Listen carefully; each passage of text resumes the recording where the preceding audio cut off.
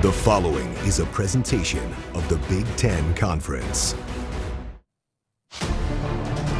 The Big Ten has arrived in the Pacific Northwest. It's a new era in what is arguably the greatest conference in America. A new coach, new players, but the same passion. Let the purple reign.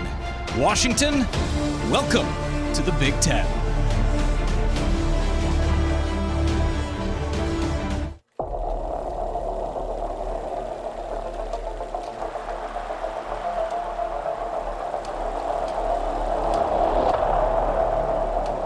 The only thing certain in life is change.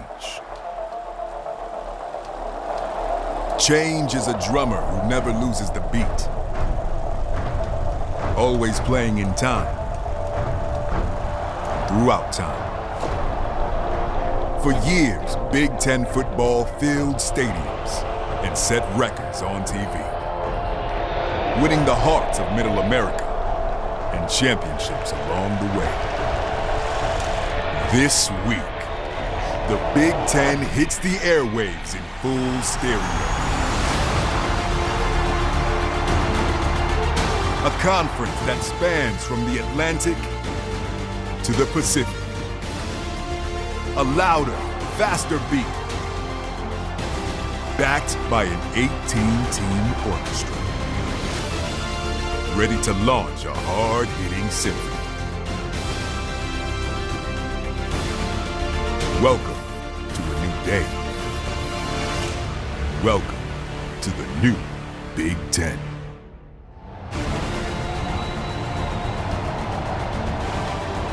The bigger Big Ten welcomes you to Husky Stadium in Seattle. The Washington Huskies back at home for the first time since late November of last year. They host the Weber State Wildcats. Fans are in a frenzy. Purple everywhere. Sailgaters have been docked for hours in anticipation of the season opener in 2024. New personnel, new coaches, and a new conference. The Huskies making their way out towards the field, the captains leading the way.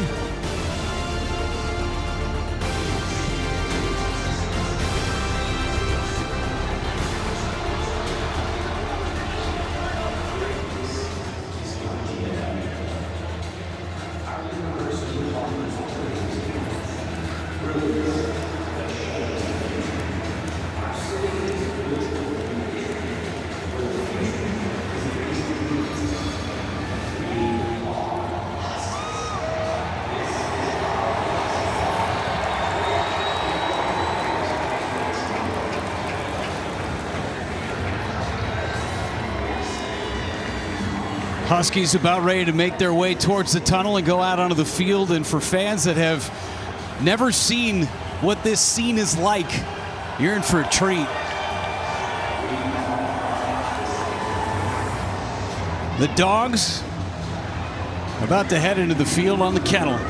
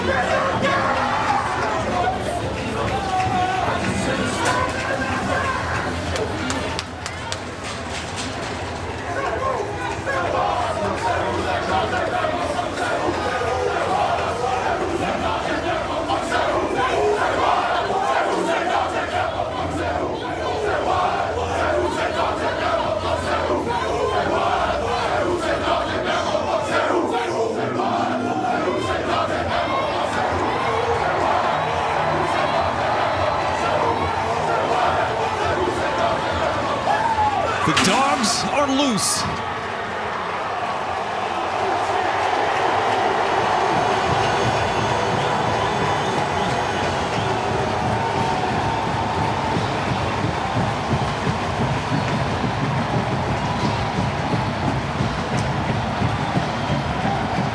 Big Ten started playing earlier this week on Thursday with Rutgers on the Atlantic.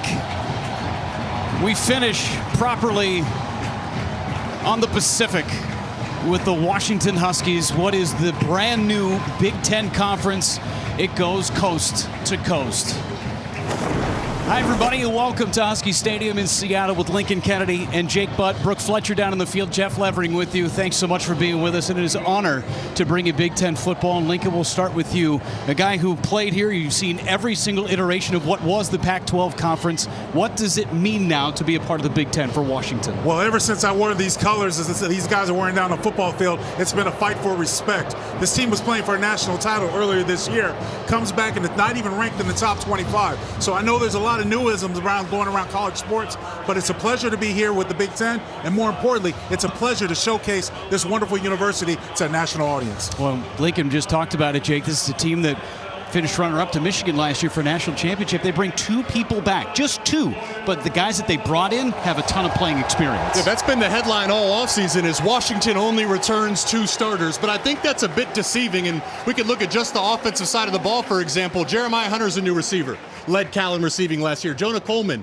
new running back, one of the best backs in the country, and you replaced Michael Penix with Will Rogers. And I look at Washington as one of the most underrated programs in college football. It is a short list of teams that have been to the playoffs twice and a national championship once. So yes, there is newness, but the standard does not change. The standard is to be competitive and win a ton of football games. Let's go downstairs to Brooke Fletcher. Jedd Fisch, a new opportunity for him, and his message to the Dogs before their opener against Weber State. Yeah, you know that saying, you never have a second chance to make a first impression. Well, that's what has been Jedd Fisch's message to his team leading up to their Big Ten debut here tonight. You guys touched on the massive turnover and how they were nowhere to be found in the top 25 preseason poll. The first ever for a team coming off a national championship appearance, which leads to the biggest question Jedd Fisch has for his team coming into this season.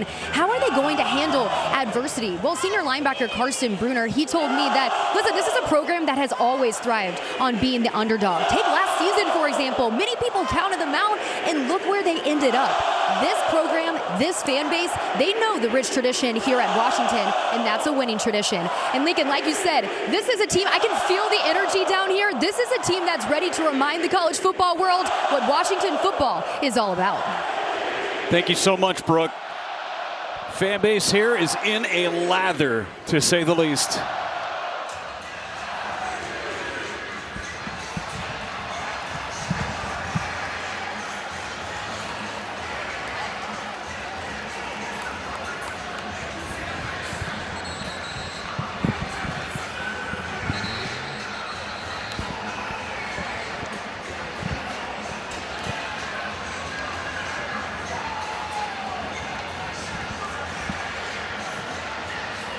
Got new players, a new opportunity for the Washington Huskies in a brand new conference. And it all starts tonight from Husky Stadium. 103rd year of this great building. It's had a couple of facelifts over the years, but man, this place is awesome. And you get a night game here to open up the Jedd Fisch era. Special. Washington won the toss. Deferred to the second half. Weber State will go on offense first. Grady Gross ready to kick it away for the Huskies, and off we go. Clarence Butler is back to return. He'll take a knee, and we will see the Weber State offense go to work. Preseason number 22 in the FCS. Their quarterback, Richie Munoz, finished on such a high note last year. Yeah, he's a second-year player and leads what is a young team, but he did get valuable experience late last season. Like you said, Jeff, played in the final 5 games, helping them win their final 3. Asked Coach Mickey Mantle what he likes so much about him. He didn't hesitate. Said, 1, he's a competitor, but more importantly, takes care of the football. 10-to-1 touchdown to interception ratio last year. It's going to be a good test for the Huskies defense, too. This is an offense that runs the RPO system. And for a bunch of new guys, you are going to have communication galore. And he's facing a Belichick. New defensive coordinator Steve Belichick. You know, that was what Bill did in the league. Loved to prey on younger quarterbacks. Munoz in the shotgun. He's going to pass on first down. Goes out to the corner, incomplete. Second down and 10. Starting lineup for Weber State. Start with Damon Bankston. They really like this junior out of Katy, Texas, and they've got a bunch of skill guys on the edge that if they get in space, it can be a problem. Right, you mentioned the RPO system. That's the big piece of this, and you look at number 14, Jacob Sharp, a guy that they want to get the balls into the hands early.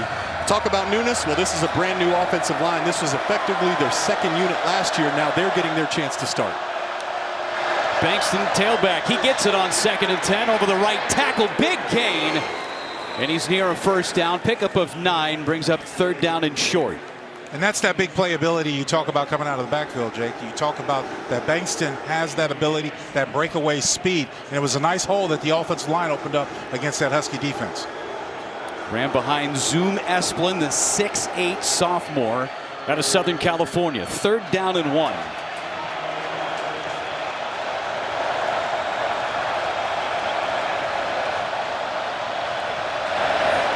Bankston gets the give.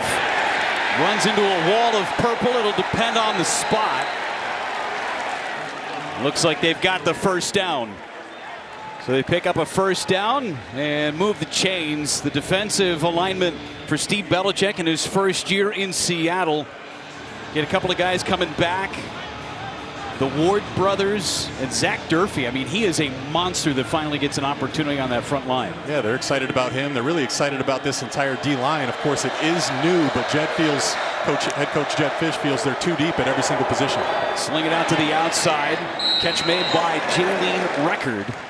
And picks up 4 on first down. Look to see this tonight, guys, if that's a theme out of Weber State. When they want to go trips, especially in the boundary, the way it stresses this defense, it takes a would-be defensive end, Isaiah Ward, even though he's listed as outside linebacker, puts him into space, makes him have to cover or cover screens like that.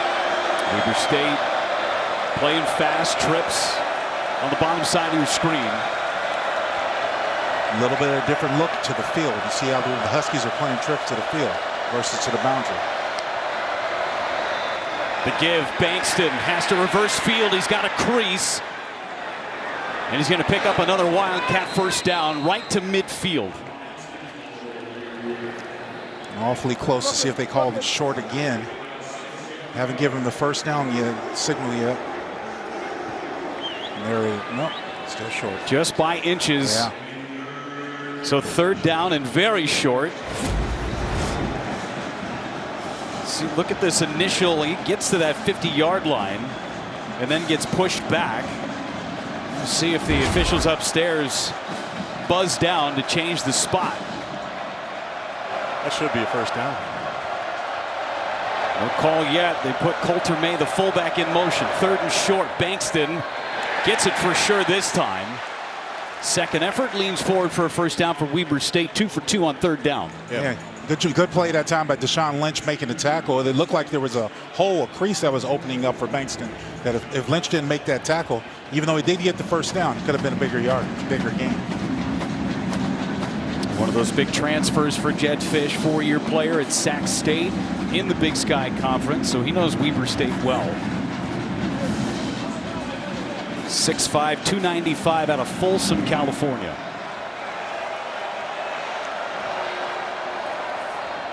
Bankston, right side. He's got plenty of room to run. And driven out of bounds just outside the 30-yard line. Mikel Easton on the stop after a gain of 18.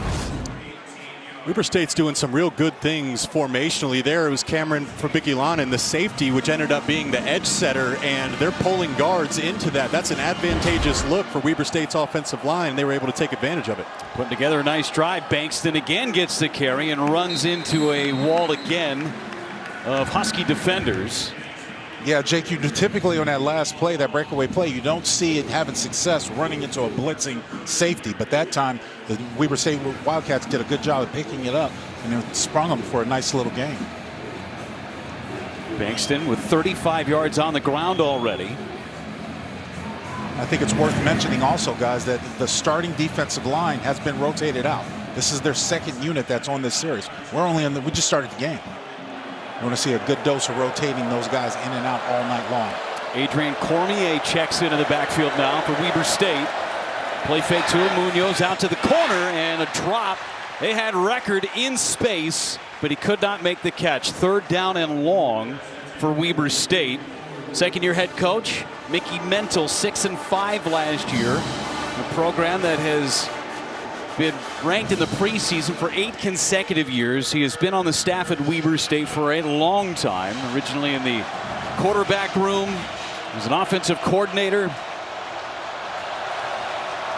Weber State putting together a nice drive. 3rd and 9. Munoz to the edge, incomplete. And the Huskies hold. It'll bring up 4th down.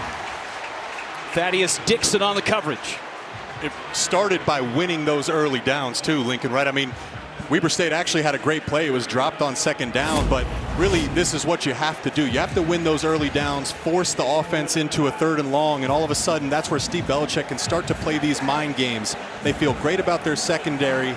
3rd and 9, they can get some more of those bodies on the field and win. And Dixon did a good job at recovering and forcing that ball up in the air, the deflection. Good job by that young man. Going to get a timeout from Washington ahead of a potential field goal from Kyle Thompson. Washington. 48-yarder. 1 minute in duration. Got a career long of 52, the senior. Last year was 13 of 19 on field goal tries. And for Jedd Fisch, his defense, the big 3rd down stop in their own territory. But it's a great message that the Weber State Wildcats are sending to the Dogs early. The fact that they've been able, their initial drive, most of the plays, most offensive players just have these plays scripted the first drive. You get some points out of it. It sends a nice message that resonates with your team. Well, they've been sitting on these potential plays too for a long time. Game number 1. Don't forget to download the Fox Weather app. Boy, what a beautiful sunset in the Pacific Northwest. Our first Big Ten after dark game. 48-yard try from Kyle Thompson. Kick is up and it is wide right. So the Husky D holds. We'll see the Washington offense when we come back to Seattle.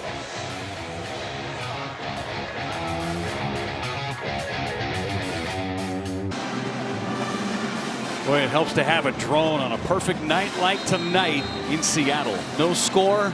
Huskies going to take the ball for the first time on offense. And here's Will Rogers, transfer from Mississippi State. Jake, he can sling it. Yeah, these numbers right here, big time numbers. One of the more explosive quarterbacks, experienced quarterbacks coming out of the SEC, but they tell a story. Part of bringing him in here with all the newness, replacing your offensive line, your top receivers, running back, tight end, they have stability at the most important position. And Jedd Fisch said why he named Will Rogers the starter was ultimately the command he had of this locker room. Basically finishing each other's sentences by the time this one rolled around tonight. That's a good sign. Give the ball to the belly of Jonah Coleman, the Arizona transfer. He's past the 40, and he's into Weber State territory.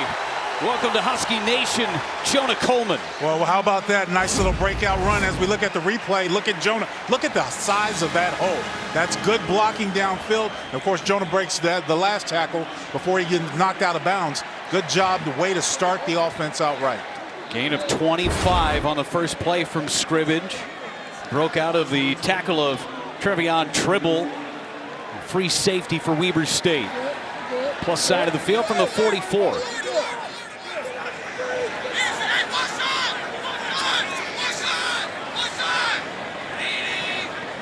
Play clock at 5. They get it away. Coleman again goes right. Flag down. Coleman down the sideline. He's gone. But a flag is down. Yeah, unfortunately, I think this one's going to come back, guys. What's always difficult for blockers downfield as we look at the call. Holding. 88 of the offense. 10-yard penalty. For first down. Going to get the tight end, Quentin Moore, on the hold on the outside. Right here, and just to your continuation there, Lincoln, you know, this is a run to the left. So you're not expecting a cutback. Now that's a little bit of a takedown. They're going to call that every time. Yeah. I don't mind the aggressiveness by Moore, but they're going to call that every single time. Yep. Whenever you get your arms wrapped and you take the guy down like that, even though the sumo call, they're going to call that. So there's no way to avoid it. But a lot of times you got to pin back your aggression. Look, Jake, I've always considered football to be full aggression between the whistles. Yep. But you have to play smart. They're looking everything, they're watching everything, so you're not going to get away with anything. Unfortunate that Moore has this play called back, but I know he knows better for next time. And they gated a 44-yard touchdown run from Jonah Coleman. Cameron Davis checks in. Into the outside and incomplete. He's trying to get it to Denzel Boston.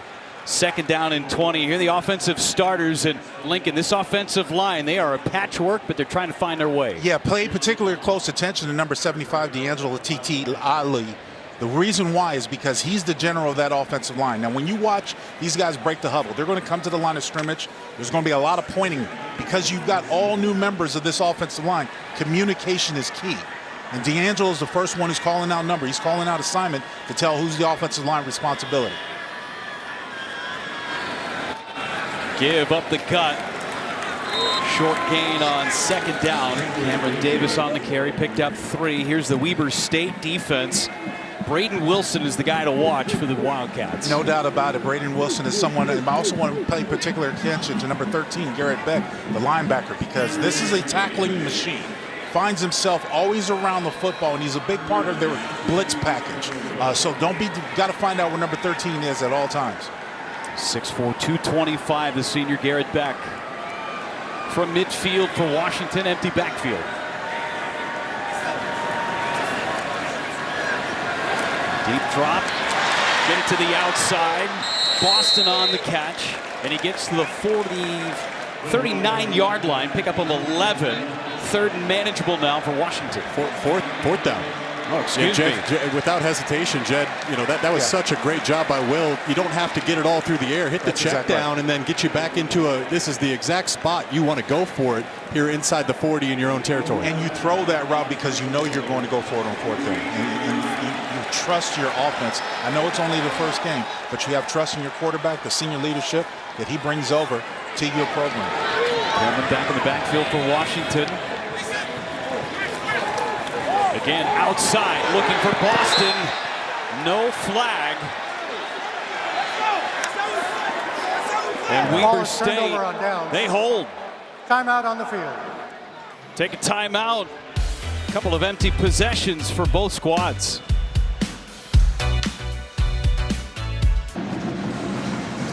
Here tonight's Impact Players, sponsored by Auto Owners Insurance. Simple human sense. Got to see the Weber State offensive philosophy. Quick game, RPO, misdirection. Jalen Record is a big piece of that. And one guy that can help shut him down is Ephesians Prysock, the new transfer cornerback. Longest arms I've ever seen, man. I mean, that guy is 6'4" long with wiry arms.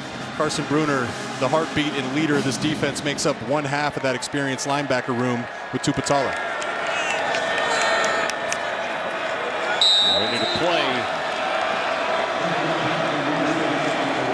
Their fourth down stop. Weber State run the football again while they go back to pass. Munoz, wide open space to run towards midfield and pushed out of bounds. Gain of 11. Carson Bruner knocked him out. Well, when you look downfield, you see good coverage. You see the sort of slant and go, not falling for the double move. That's a good job by Prysock. But what you have to remember, guys, you got to be lane disciplined. Look at the hole that opens up over the B gap, the left side of the offensive line. Munoz just takes it and gets a first down. Good job by Weber State's offensive line, too, picking up that pressure. Absolutely. Steve Belichick sent some extra bodies, and they handled it with ease, which allowed Nunez to break open there.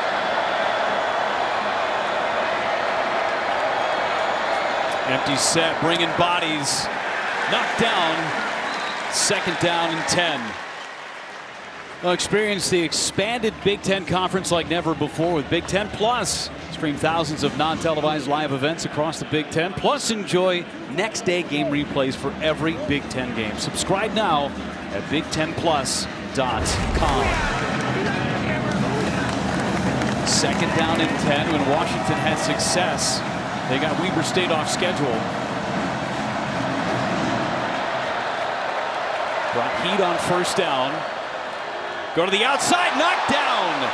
Zach Durfee almost had a pick six. You remember how I said the Huskies had trouble in that first series playing trips to the boundary with their circle defense. Now, when you circle Durfee, he has his eyes right on the quarterback, and he just comes short of having a pick six. reading that little bubble screen. Good play by Durfee. Played just one game last year. It was a college football semifinal against Texas. Bunch of transfer issues. But man, he is a difference maker on the edge. Getting loud in the dog pound. Well, this place can get rocking, guys.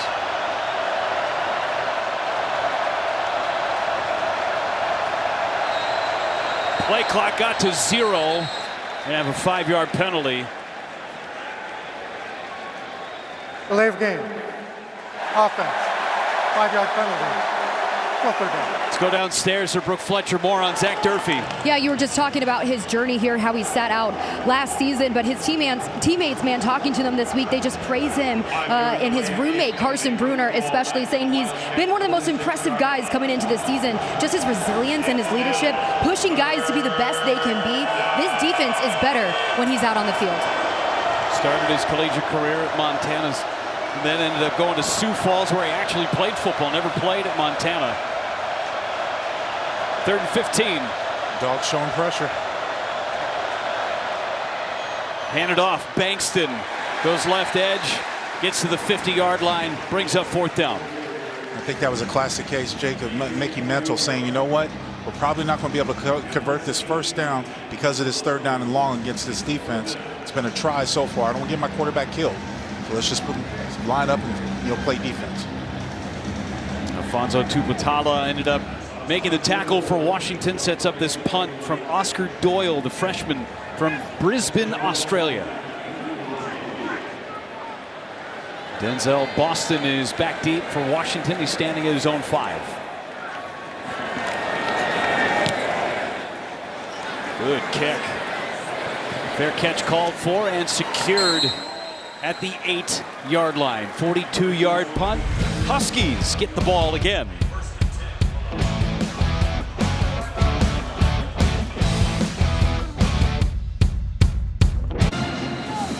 Auto Owners Insurance brings you tonight's Impact Players. Simple human sense.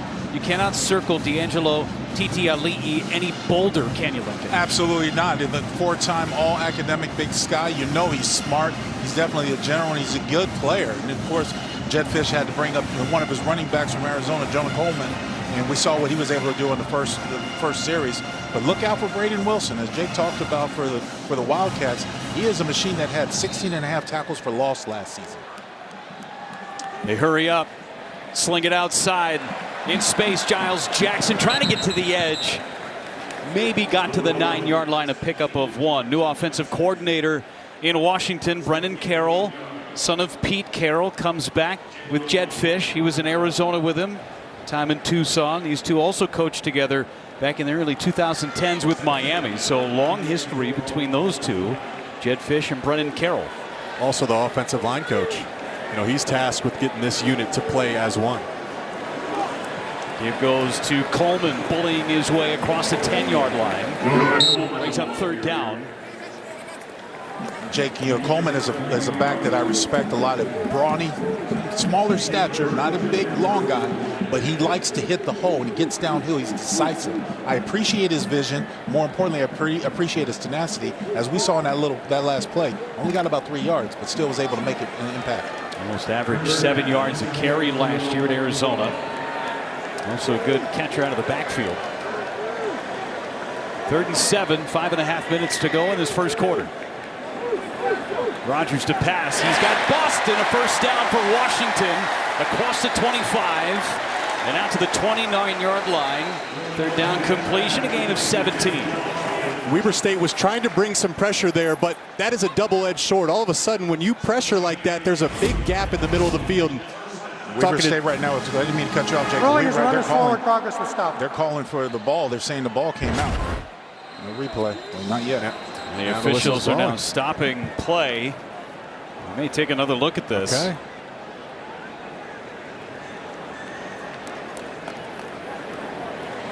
Referee tonight, Francisco Villar.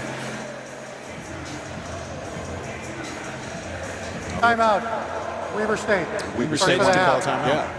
The official down on the field was, they were arguing with him initially. He was quick to say, no, no, no, let's move it, let's take another look at it here. Maybe buying a little time. Does this ball come out? Ooh. It's hard to see from that angle right there because the referee's legs, the back judge, in the way. Let's see this from another angle. That's another thing too. Out. If the officials say his forward progress is stopped anyway. Right. Yeah, right. That's what that was a ruling on the field. I'm here to tell you that ball's out right now. Almost a difference-making play by K.O. Hansen. Please reset the game clock to 5 minutes, 3 seconds. 5:03. Dean Blandino's out in L.A. Dean, what'd you see there? So what we're looking at here, did the officials rule progress or did they rule down? If they ruled down, it is reviewable. It looked like the ball was coming loose. Just tough to tell if the runner was down prior to that. And they're going to let the play stand, and we're going to move on here. Thanks so much, Dean Blandino. Long day of college football. Game goes to Coleman over the left side. And you were just talking about how compact and decisive he is. I mean, 5'9", 230. He's a battering ram, right? Yeah, no doubt. And his running back coach, Scotty Graham, said, there's a lot of ice cream on that cone to describe him. I'm like, that's pretty accurate, man. True story, true story. But I've always appreciated running backs that were decisive, especially in the zone scheme, because you're blocking an angle, as you know, Jake, and when you get downhill, there are times you're going to be able to cut back, but you have to be decisive. You can't be shifting back in the backfield a lot. Coleman to the sideline. Cameron Davis, senior, missed off last year, is in. Rogers sprints right. Boston with another catch. A first down for Washington. Brought down just outside the 40-yard line. So we're talking to Jedd Fisch, and we're saying, all right, you got all these new weapons. Who do you got to get involved? And, you know, Denzel Boston came up, and he said, yeah, I think Denzel had 5 catches on the season last year. I would be disappointed if he didn't have 5 tonight. And already you could see heavily involved in this game plan. Will Rogers very comfortable throwing it number 12's way. He's already got 3 catches on the night. Very heavily involved in this passing attack for Washington. Handoff left side, dropped in the backfield. Cameron Davis is brought down. There's Braden Wilson. I told you to watch out for him. He, too, is a tackling machine that plays on the other side of the line of scrimmage. Has been very good for the Wildcats. As I said, 16.5 tackles for loss last season. Yeah, it starts this season with 1 right there. 6'5", 255, the junior Braden Wilson. Second down and 12.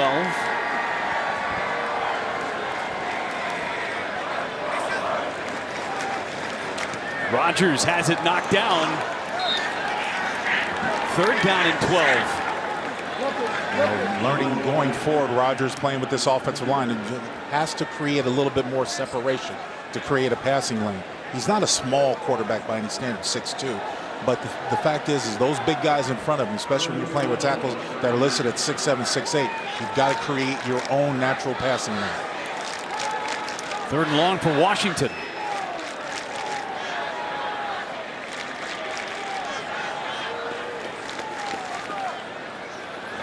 Rogers to the outside. Great pursuit and a tackle in space. Eshawn Daniels. A loss of 2 on 3rd and 12, and here comes the punting unit. And that's just textbook reading the route concepts. He's out there in no man's land, way out on the edge, just waiting, and then the ball gets dumped out there to the flat. Look at him trigger, come down and make a great form tackle. If he didn't make that one, he might have been able to move the chains there. Yeah, probably. Great tackle. Good job by the Wildcats defense getting off the field. Co-defensive coordinators Grant Duff and Joe Dale told us earlier in the week they needed to fly to the ball. They were flying there. Jack McAllister to punt it away. Good boot. And it's out of bounds inside the 15-yard line. 50-yard kick from the junior Jack McAllister. Back in a bit to Seattle.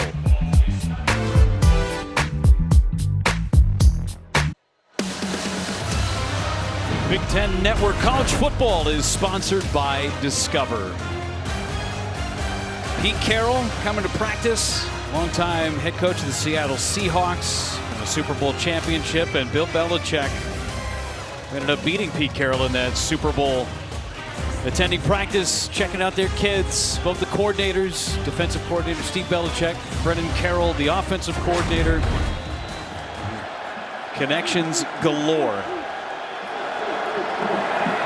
Adrian Cormier starts in the backfield. Get it to the outside. Jacob Sharp makes the catch, driven out of bounds after a very short gain.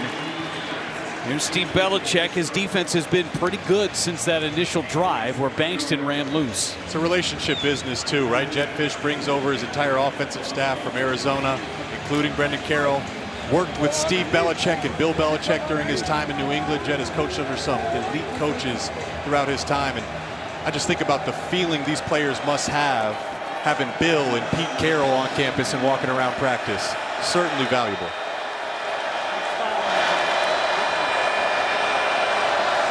Second down, give it again to Cormier across the 20, pushing forward still onto the 25-yard line, and a first down for Weber State.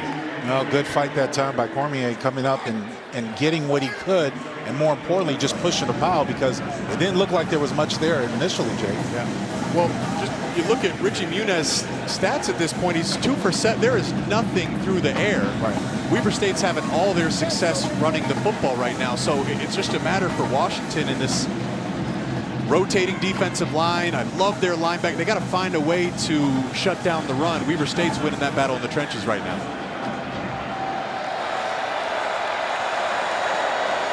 60 yards rushing so far. A lot of that from Bankston. Cormier, another carry, trying to get to the outside and couldn't get out of the grasp of Sebastian Valdez. Next Saturday, Big Ten Tailgate is live from State College. Set the scene for a full day of football. Fun begins at 10 a.m. Eastern, 7 Pacific. Only on the Big Ten Network and the Fox Sports app. You know, much to your point that you made a moment ago, Jake, about Weber State being effective running the football. What Washington needs to do is they need to negate those first and second down runs, force them in the third and long, becomes advantage defense, especially with this crowd here. Behind the sticks, 2nd and 11. Almost a one-handed catch by Jacob Sharp. Good coverage by Elijah Jackson.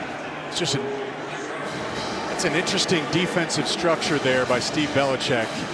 Elijah Jackson's into the boundary one-on-one, and there was no safety help at all. So Muniz, no pre-snap. There he is on the left side of your screen. Work on one-on-one with Sharp. There is no safety help. Showing a lot of trust in Jackson as one of the 2 returning starters on this entire team. And Alfonso Tuputala. Carson Bruner played plenty. 3rd and 11.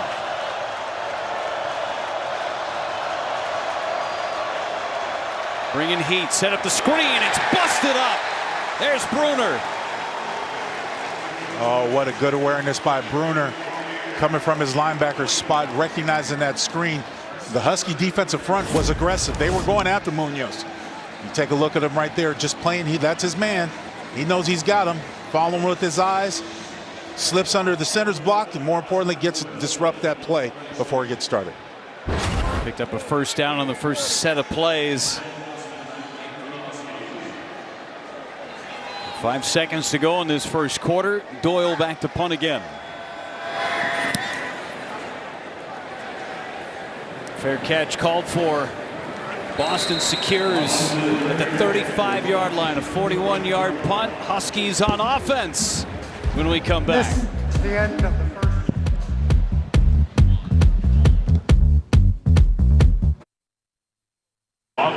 Welcome back to Husky Stadium. Still scoreless to start the second quarter here. I'm here with Washington head coach Jedd Fisch. Coach, Will Rogers really working hard to get some of those playmakers involved, but haven't been able to capitalize. What needs to change in the second quarter here? Yeah, we got a touchdown call back on the second play of the game because we held, and self-inflicted wound there. And then we tried to get some balls to the playmakers.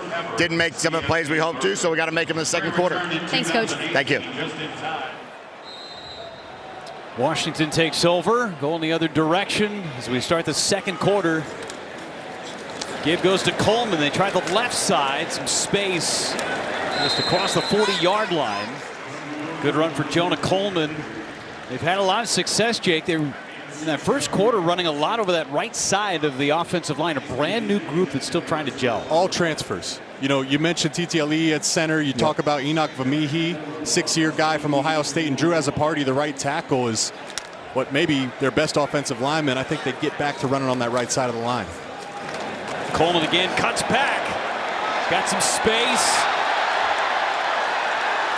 still on his feet, finally dragged down across the 50-yard line. Boy, that guy's a bowling ball. Well, that's why I said the biggest asset for a quarterback to have is a run game. And when you talk about a running back like Jonah Coleman, not only does he make people miss in space with his speed, but his power is going to make him not easy to bring down. He runs angry, too. Yes. Like, he's got something personal to take up with the defense. That dude, and it's a big reason why he had success at Arizona. No doubt. And it's a big reason Jedd Fisch prioritized getting him into this program. Always good to settle the offense when you have an elite running back like Jonah Coleman. Cameron Davis back in the backfield, fake to him. Plenty of time. Davis all by himself in the flat. Davis down the sideline, pushed out of bounds inside the 20. Well, initially, Jake, it was only a two-man route. Davis was in for protection. They slid one way. They put Davis on the end. Nobody's covering him out the flat. Will Rogers goes through his progression. Nobody's open downfield. Go to your check down. It's great to see him back healthy, too, Jeff, right? 13 touchdowns back in 2022. Missed all last year with an injury. Man, that guy can be a weapon when he's healthy. Give again to Davis. They try that right side. Pushing towards the 10-yard line. Good gain on first down. Here's tonight's advanced stat. It is sponsored by IFS.AI, and pretty simple. You outrush the opponents pretty good for the Huskies. You like that? Jedd had a great quote, talking about adjusting to the Big Ten. He said, to win in this conference, you have to win in the trenches. Certainly. That stat really just emphasizes that, right? And he's been one of the best passing game coordinators, one of the best passing minds in football, but he understands the importance here. To win, you got to win up front. Under center goes Rogers. Play action pass. Look at end zone. Incomplete. He was looking for Quentin Moore, the tight end. Just a little more touch. Ain't that right, my tight end friend? Right. A little more touch on that corner route. And when you could hit the back pylon, just misses him. Just so. Just look at that, Jake. Outstretched. Oh. Almost. Made the effort. Took a shot. Almost his second touchdown. Yep. Remember his first touchdown? the go-ahead versus Oregon in the Pac-12 championship. Yep. Just 2 catches last year, and one that he will never forget in that Pac-12 championship game. Coleman, lone setback. Jackson in motion. Jackson gets it right side inside the 5-yard line. First down, Huskies. Well, good job that time by the Huskies, noticing they had him outflanked into the boundary. You run the jet sweep, and you allowed yourself to get the first down. You run enough for the first down, Jackson does, but you set yourself up first down and goal, right, Jake? And once again, along that right side, yep, right? They're not giving up any penetration. Right. They're getting a ton of movement, making things really easy for this offense. Huskies driving.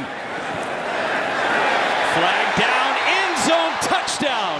Jonah Coleman was a free play. Had a defender still trying to get to the sideline, but Jonah Coleman finds the end zone.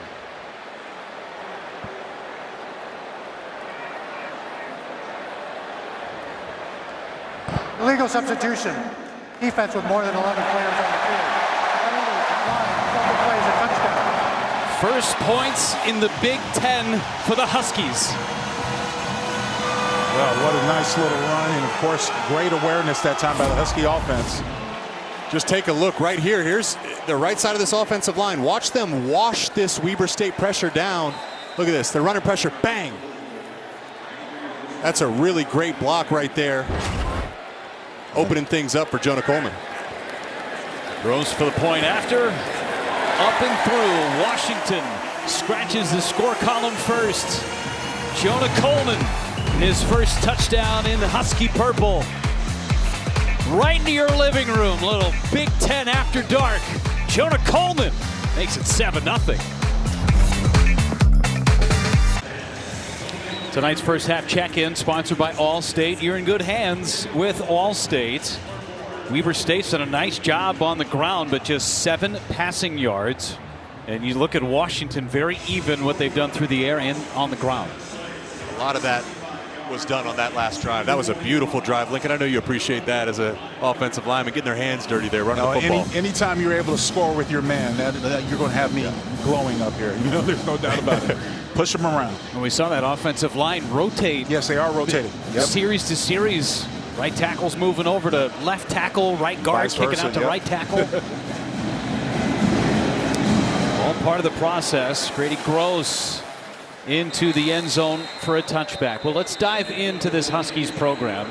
Playing football here at UW since 1889 when Washington became a state. 64-game unbeaten streak from 1907 to 1917, the longest in Division I history. 23 consensus All-Americans. 1991 national champions. How about you? Lincoln Kennedy knows about that. 2023 CFP finalists. Finished 14-1. 10 players selected in that 2024 NFL draft, including a couple in the top 10. Yeah. So Jedd Fisch, lots of subtractions, lots of additions. 59 new players on this roster, trying to build what that culture is and how he likes to play football. Big to get a couple of guys from Arizona to come with them.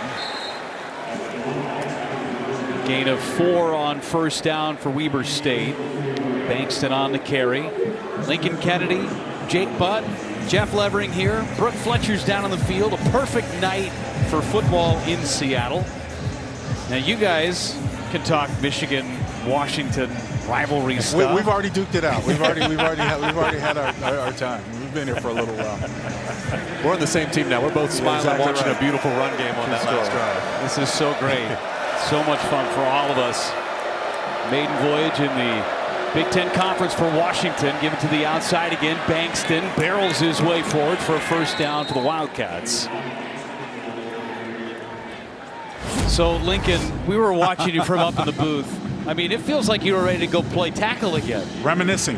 And it's just thinking back, a lot of great memories in this stadium, playing on this football field. A little bit different for me now, but being up here in the booth with you guys. But I do remember, I have a lot of fond memories of Don James leading practices on that field and torturing us. Running many laps on that field.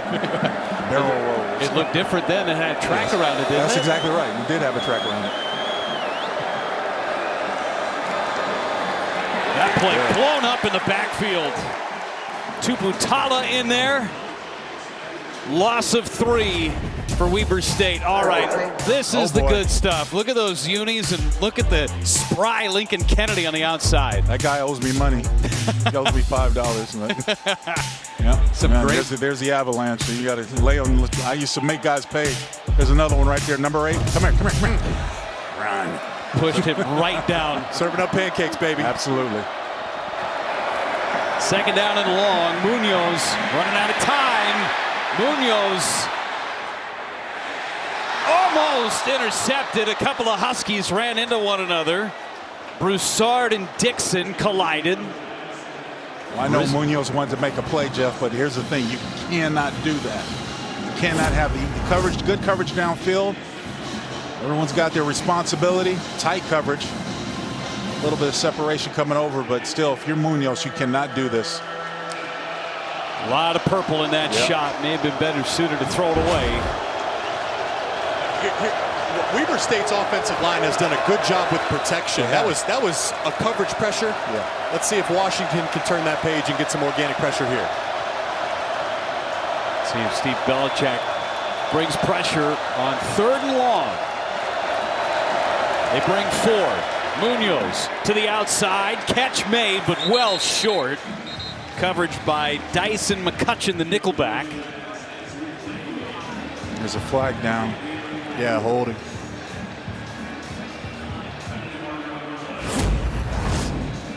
Check out right here on the left side of the offensive line. Belichick bringing pressure. Yep, and you just... Easy hold call. Ta'a Okehu just tackles his man. Holding. 76 of the offense. 10-yard penalty. 3rd down. Take the penalty, make it 3rd and forever. That was Kamari House that was rushing. Little undersized linebacker. Fouls on number 75. Freshman. Yeah. That's what we're waiting for, right? Yeah. Is in 3rd down, can you create that pressure without Steve Belichick having to send extra people?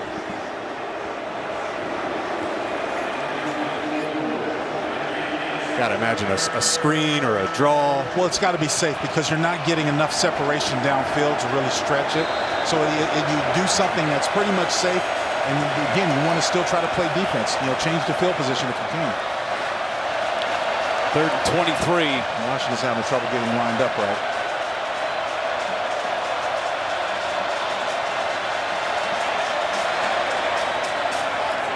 Outside Bankston, wrapped up, still well short of a first down. Brings up 4th down, gain of 11. Punting unit will come out again for Weber State. They found something there on that off-tackle run. They've hit that hole a number of times. That's been one of their better plays. They ran it twice there on that drive for, quality winning plays, 5, 6, 7 yards. Washington's going to have to do something to adjust to shut that down. When you start off in the hole and you get backed up by a penalty, it really is a momentum killer. Yeah. And even though you have some things that are working right for you for Weber State, it's just a matter of staying ahead of the chain, staying ahead of the sticks. You can't do it when it's at 3rd and 24. Doyle gets it loose. Boston hit just as he made the catch, stays on his feet, and gets near the 30-yard line. Under 9 to play in this first half. Washington up 7.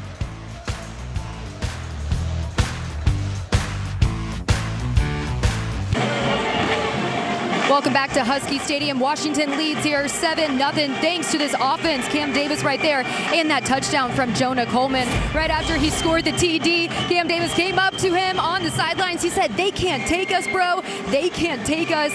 But Jake, you mentioned Coleman. He just looks like he plays like he takes things personal, right? And he told me that he just thrives on being underestimated throughout his entire career. So much that on his X page, he has this one post pinned from June of 2022 with his ranking out of high school. He was ranked 486. By the way, he said he still has it pinned just as a reminder of all the people that overlooked him, and he's ready to prove them wrong.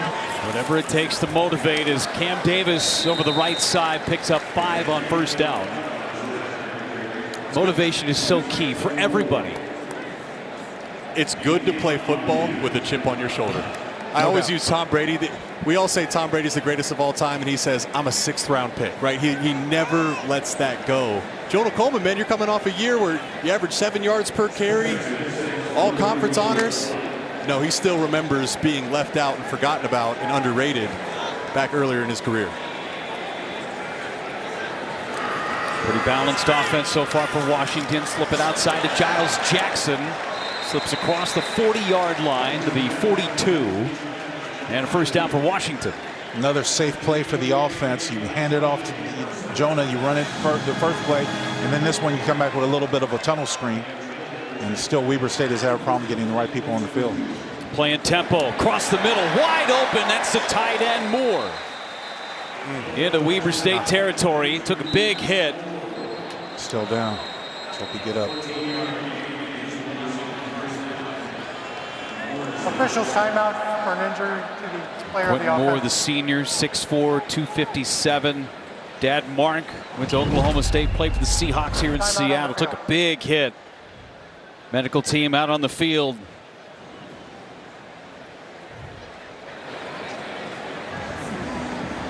Quentin Moore being assisted off the field by junior running back Sam Adams and Cameron Davis. Take another look at this one, fellas. Yeah, it's tough, especially the way that foot got caught right as he planted underneath. Let's hope he's okay. But he is a valuable weapon. They are going to be missed now. They got Latu in the game right now replacing him. And as you mentioned, Jake, they're also high on DeGraff. Decker DeGraff, the freshman. True freshman. Latu, two-time transfer. Ooh, this play gets blown up before it ever gets started. Kamari Bailey came shooting through at a loss of 4. Never been a big fan of going with hurry up, a quick snap, especially when you don't have right assignments. You see Drew Azubardi missed the block, the left tackle, just got beat underneath. Got to have better communication. Never pass up color too, right? Absolutely. Never pass up color. Absolutely. And Jonah Coleman checks in off schedule to start this portion of the drive for Washington. Play pass. There's Bailey again in the backfield. Get it out to Coleman. Turns something out of nothing there. Nice play by Will Rogers to get it to his outlet. You know, as I mentioned, guys, the Huskies are also rotating their offensive line. You've got one consistent so far. D'Angelo Tati Lee has been there. as their center, but they have rotated their tackles. Drew, who started on the right side in the beginning of the game, is now playing left tackle. He's struggling a little bit this series. I think you got 2 downs here, too, if you can get a couple yards, right? That same situation we saw earlier. Rodgers, 3rd and 10, almost intercepted. Hansen came in, got his hands on the football. 3rd down and 10, and here comes the punting unit. They're just trying to run this dig route, and Hansen's sitting there as the safety in the middle. Watch him flash right there on the screen. You know, Will Rogers has played a ton of football at Mississippi State. There's not a defensive look he hasn't seen. Really doesn't make too many mistakes there, but that could got have away been with one, right? Yeah, he did. That could have been a costly one there. Trying to get it to his senior transfer, Jeremiah Hunter. Felt like a product of 3rd and 10. He wanted to get it behind the sticks and move the chains where, you know, hey, just get it down underneath. Great play by Hansen. Play by Jack McAllister to get that low snap.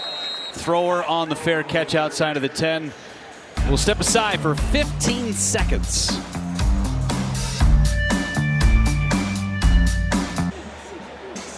Hope you're able to get your snacks in 15 seconds. Back in Seattle, 7-0 Washington. Doubling up the yards for Washington's offense. And a lot on the ground from Weber State. They've not had the passing game going at all. Go to the ground again. And it's up to the 15-yard line. Cormier on the carry. Well, Tuesday, can't miss top 10 women's volleyball matchup when Louisville goes to State College to take on the Nittany Lions. Coverage begins at 7:30 Eastern, 4:30 Pacific, only on the Big Ten Network and the Fox Sports app. Pickup of 3 on 1st down, 2nd and 7 for Weber State. Cormier again in the backfield. Bankston has been their best offensive product. Cormier gets it, trying to get to the outside. Tuputala right there to bring him back in and bring him down, and a flag comes in late. Yeah, I think they're going to get a face mask here against Jacob Bandes.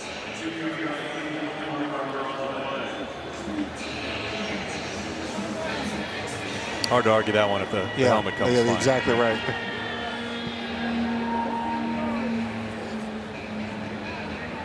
Personal foul, face mask, 55 of the defense.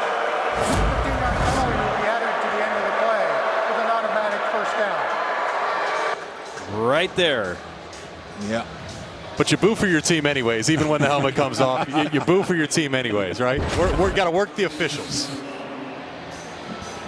But waiting all year to have a chance to boo some calls. So, that's definitely the correct call now. These fans haven't had a game here at home since the end of November last year, Thanksgiving week. The Apple Cup against Washington State.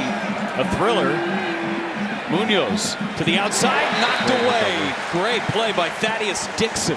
Great recovery. Great recovery. It's in essence where he's running the route for the receiver. Watch Dixon, number 9, as he sees the out right. He breaks down and he covers ground quickly.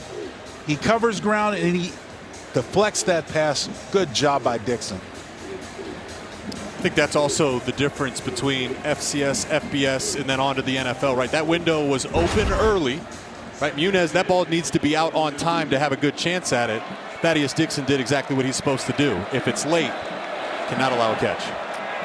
Munoz 2 for 11. Now he's flushed. In trouble, looking for room. Tuputala wraps him up. Tunuufi on the stop too. This was a quarterback draw all the way. This was a planned quarterback draw. Watch the coverage. You see that they're not even running routes. So this was a run play. That's what tells me that it's a quarterback draw. Munoz had nowhere to go, and this is good job by the Huskies defensive front. They ran a little bit of a stun up there to confuse the offensive lineman. Then they had nowhere to go with the football. Bandes once again right in his lap right after the snap. 3rd and 12.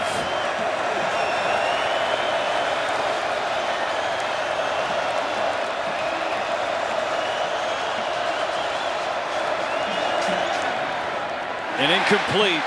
Was looking for Kean Need, his tight end. The passing game has not found anything for Weber State. Quentin Moore, who left this game on the last drive, just coming out of the tent. That is a very good sign, just that he's out of the tent, putting a little weight on his leg. A lot of pain, but at least he's upright. There's a lot of pride in these young men when you put on these uniforms. Washington, number 12, is down. They're playing as number 33.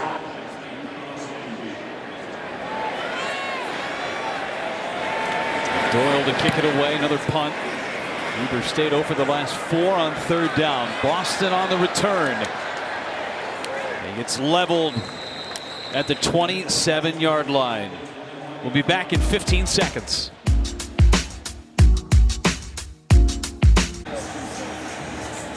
(7-0) Washington. Another drive. 4:22 to go for the Huskies offense.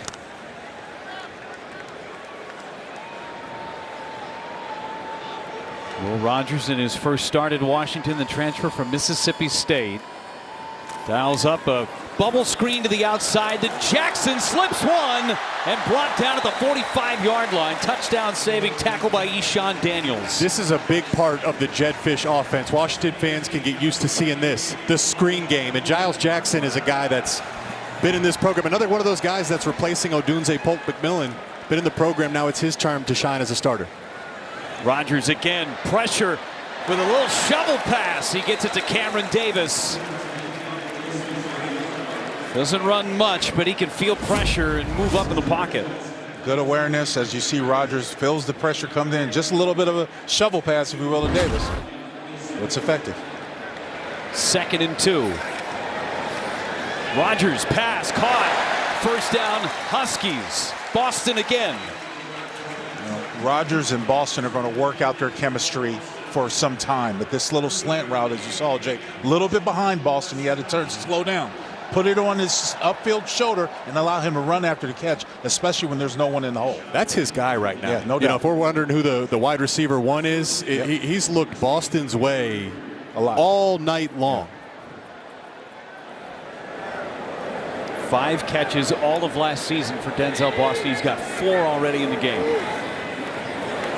Double fake. Rogers. End zone. Caught. Touchdown. Washington.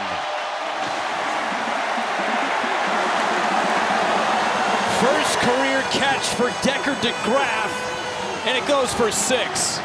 Oh, you got to like the miscommunication. Not miscommunication, misdirection, if you will. Got a little bit of a jet sweep action, a little bit of a fold over reverse action, and you come off a play action. Wildcats are totally fooled as DeGraff steps out of the backfield for the wheel route, winds up in the end zone. You got to like that, right, Jake? I always love when the tight end scores. No doubt about it. I knew you would. I knew you would. I asked, you know, I played for Jedd. I'm like, hey, Jedd, tell me about these tight ends. So we got a good one, young one, Decker DeGraff. Big time touchdown there. 33-yard touchdown to Decker DeGraff. Rogers with 4 for 4 to 4 different receivers. DeGraff, his first catch in college, goes for 6. Step aside for 30 seconds.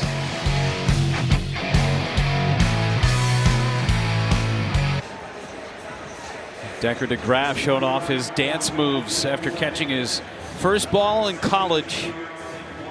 33-yard touchdown pass from Will Rogers. And this offense for Washington starting to show its teeth.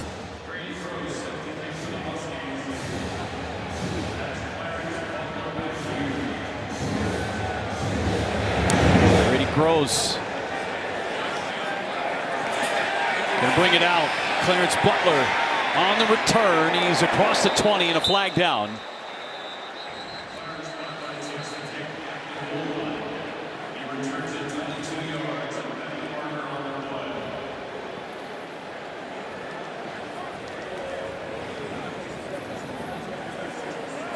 We're good.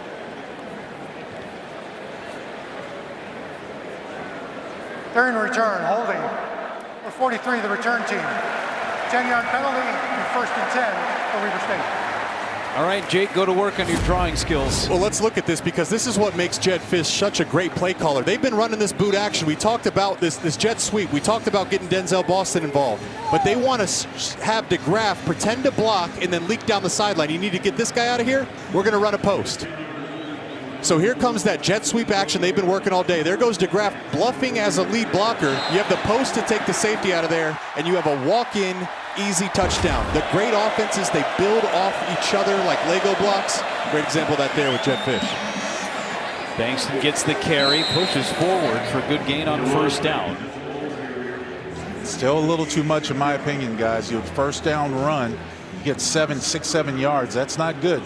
That doesn't resonate well with me, and I'm sure it doesn't with Steve Belichick, defensive coordinator. Number 2.5 to play. Remember, new to college football this year, a 2-minute timeout. I wonder if you could force a negative play here if Washington wants to sneak a timeout in before that 2-minute timeout. 1 second difference between that game clock and the play clock. Goes Bankston.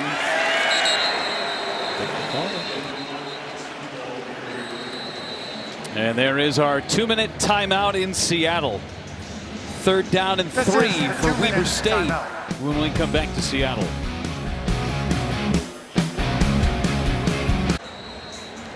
(14-0) Washington, 2 minutes to go in this first half. Well, next Saturday, number 2 Ohio State takes on Western Michigan in prime time at the Shoe. Coverage begins at 7:30 Eastern, 4:30 Pacific, only on the Big Ten Network and the Fox Sports app. Ohio State with a win earlier today. 3rd down and 3 for Weber State. Damon Bankston in the backfield. And we're going to get a false start. That's going to be on Need, the tight end. False start, 45 of the offense. 5-yard penalty, still 3rd down. This Washington defense, they're trying to get themselves situated with Steve Belichick's system. They've had a really good first half. Well, what you can tell is when this defense gets the crowd behind them, they are relentless, and they have really found a way to shut down the Wildcats offense. And the Wildcats haven't done themselves any favors by having a 3rd down and short, stumping themselves on the feet and backing up and out to 5 yards, Jake. The penalties have killed Weber State. Absolutely. Right? That's a credit to the crowd again, right? Yeah, true story.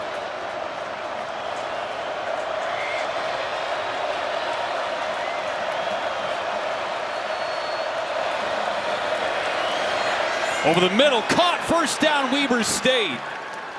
Tajon Evans up the middle, 26 yards on 3rd and 8. Curious what Mikel Esteen, the nickelback, was thinking.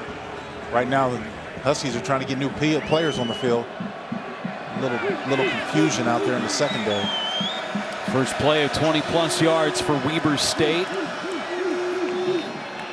And a great form tackle by Jordan Shaw in space. Good recognition, also good film study that time. When you look at it, Jake, when you talk about this Husky defense, they are reading what the Weber State Wildcats are giving them. Washington takes a timeout, step aside for 30.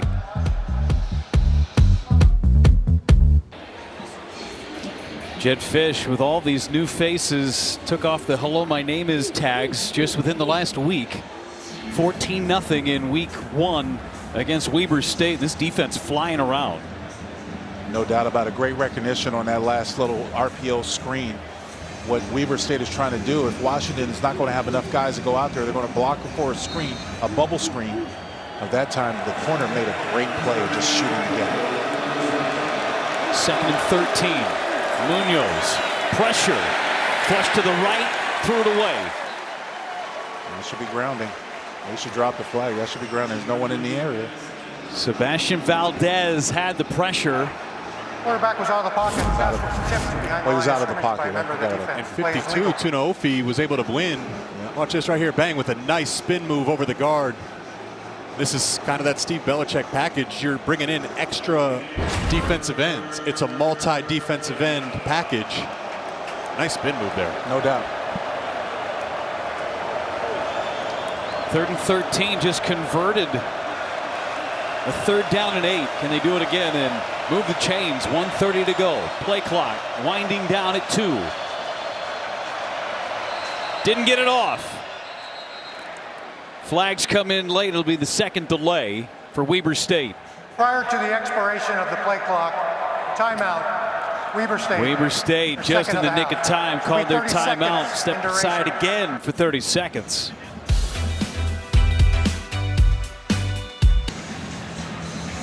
Steve Belichick having some fun with his personnel.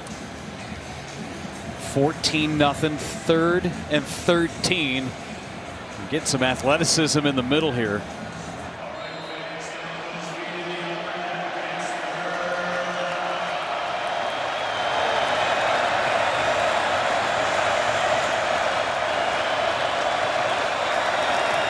Handoff, Bankston left side, nowhere near. Gain of just 2. Durfee on the stop. Now Washington should use a Third timeout. and final timeout of the half, Washington. 30 seconds. Third and final timeout for Washington. Again, 30 seconds.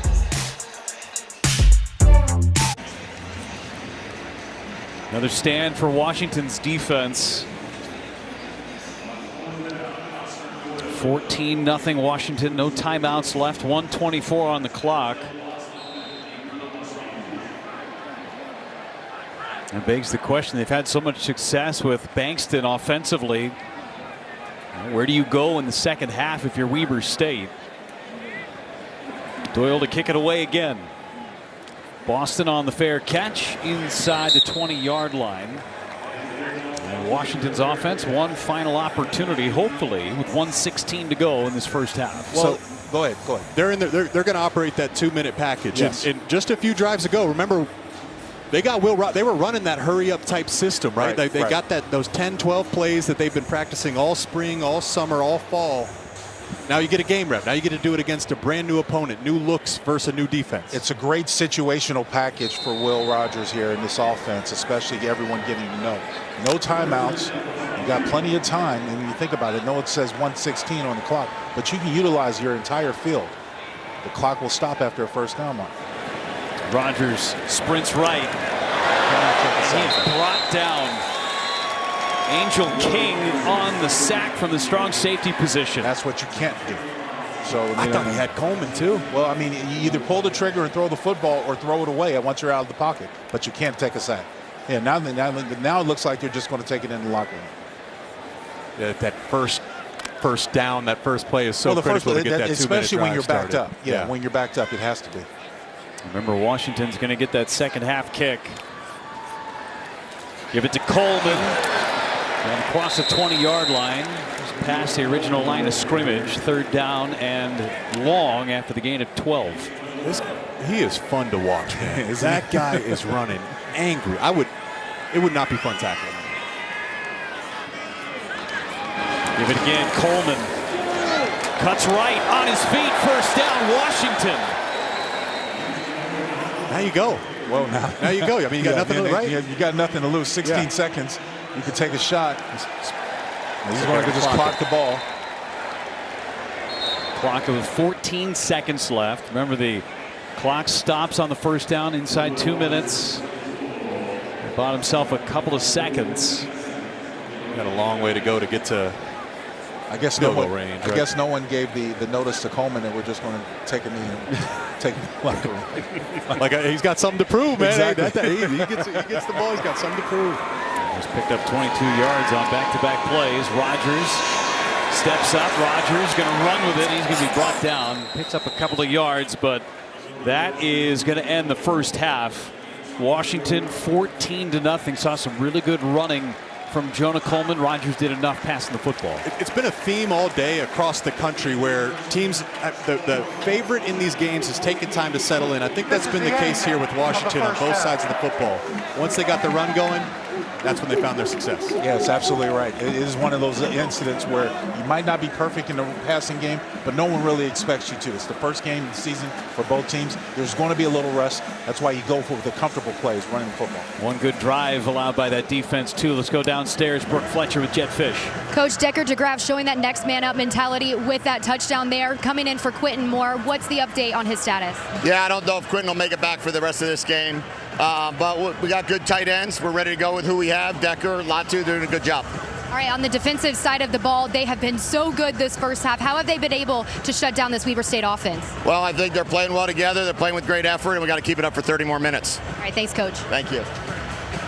Got the halftime report coming up. Dave Revson, Brock Vereen, Marcel Reese are standing by. Scores, highlights from this game and around the Big Ten on this big Saturday of Week 1.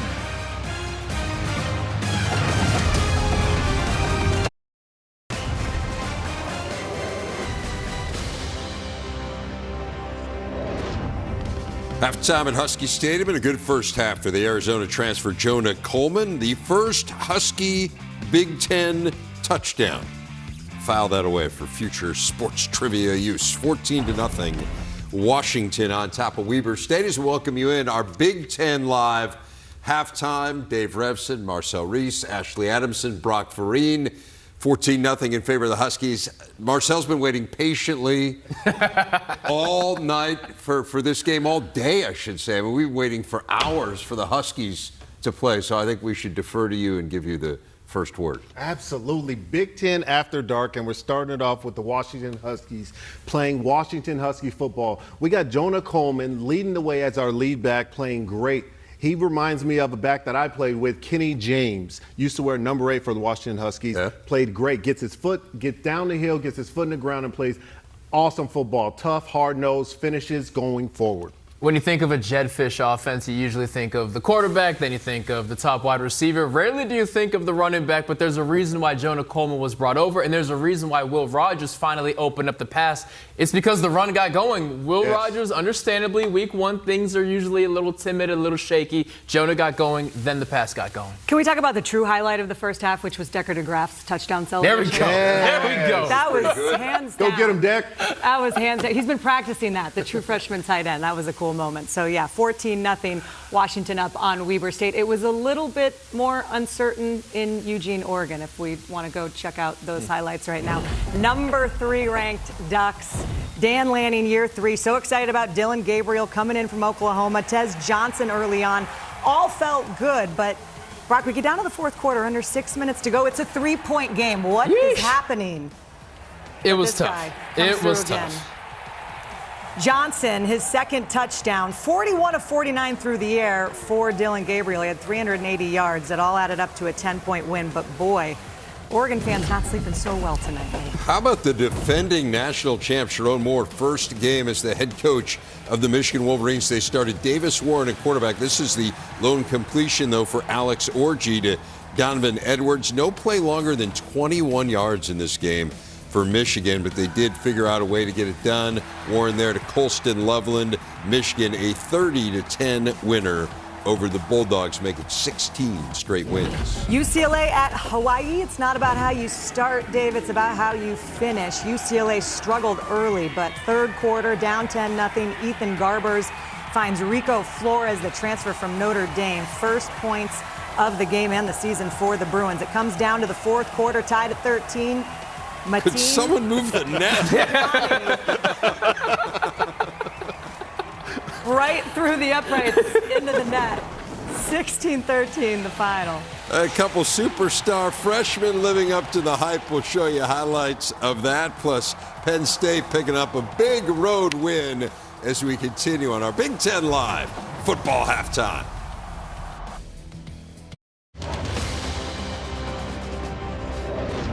Back on our football halftime. Dogs on top of the Cats, 14-0. Let's run you through everything else going on in the Big Ten earlier today. And, yeah, all of it was earlier today. This is our nightcap, of course. How about Penn State going to West Virginia? It's a massive weather delay in this game.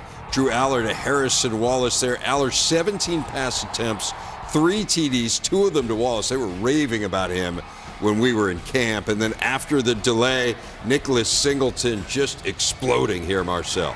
Nick Singleton, just a great back, runs through the line of scrimmage, gets past the first level, and straight to the end zone. A great day for him today on the ground. They had 4 plays of 40 yards or longer. They had 8 all of last season. How about Ohio State and Akron, the K-State transfer, Will Howard? He's got a talented group of receivers, none more so than this guy, Jeremiah Smith. Oh, my goodness. When you're talking about a phenomenal freshman wide receiver, true freshman wide receiver. You're talking about Jeremiah Smith. The guy did everything today, made catches by himself, beating people straight up, contested in the end zone. Phenomenal wide receiver. 25th straight season opening win, longest streak in the nation for the Bucs. Big day in Lincoln, Nebraska. Fans excited for their true freshman quarterback, Dylan Raiola, and he delivered in his first career start. How about this pass for Isaiah Neyor, the former Texas receiver? Terrific game by him, 120 yards receiving. That was a 59-yard strike, 16-7 a little bit later. Raiola, he doesn't look like a freshman. He is as confident as ever. Isaiah Neyor and Jamal Banks, clearly a strong 1-2 punch that Raiola trusts. 40-7 the final. The CU Buffs are on deck next. All right, Cade McNamara and the Iowa Hawkeyes taking on Illinois State. Tale of two halves here. Nothing going early on, but all of a sudden in the second half, Reese Vanderzee, another true freshman to show you today, 2 touchdowns in his collegiate debut. 26-0 after that. Caleb Johnson suspended in the first half, but he was ready to roll in the second, Brock. The debut of Tim Lester wasn't pretty at first, but by the end, all of Iowa City breathed a sigh of relief. 40-0 the final. Hawkeyes pitch a shutout, Dave. Washington on top 14-0. This is what Ashley was waiting for. Decker DeGraff. I mean, just enjoy this, everyone. I don't know what it is, but I love it. Get it down. Remember when that was illegal? It was so much more fun.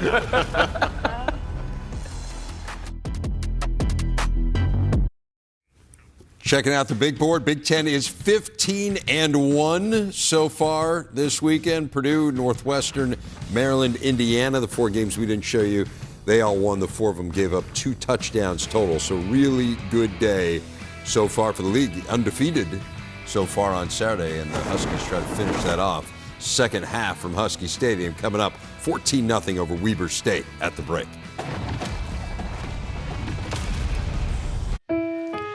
Tonight's Big Ten Impact Research takes us to Seattle. The health of the world's oceans affects all of us, and the University of Washington is home to the country's largest college of the environment, where its students and faculty study all aspects of our planet and beyond.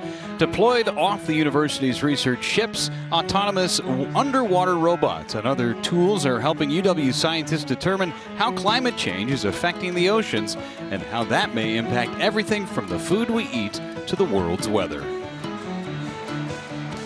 14-0 Washington. About ready to start the second half. Washington will get the football right out of the break. Hi again, everybody. Welcome upstairs at Husky Stadium. Jeff Levering with you. Jake Butt, Lincoln Kennedy, Brooke Fletcher down in the field, and Lincoln pitching a shutout in that first half. What does the Washington defense have to do to improve? What I'm being most concerned about is the porous run defense. Now, I know the score is lopsided in Washington's favor, but if I'm Coach Belichick, I'm worried about the fact that Weber State has had success running the football. And the reason why that becomes even bigger is if you put it on film, people are going to do it against it until you stop it. Jake, what do you like about the offense?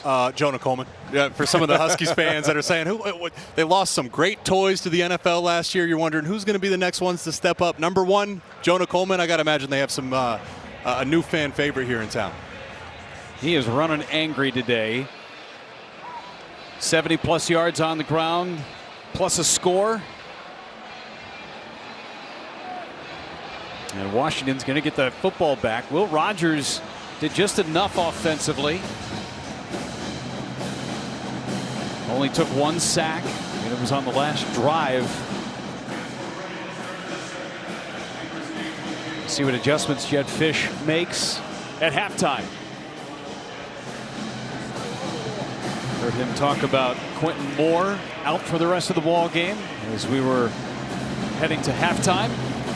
Here from Brooke Fletcher on that in just a moment, too. Weber State kicks it off. Returnable. Up past the 20. Flag flies.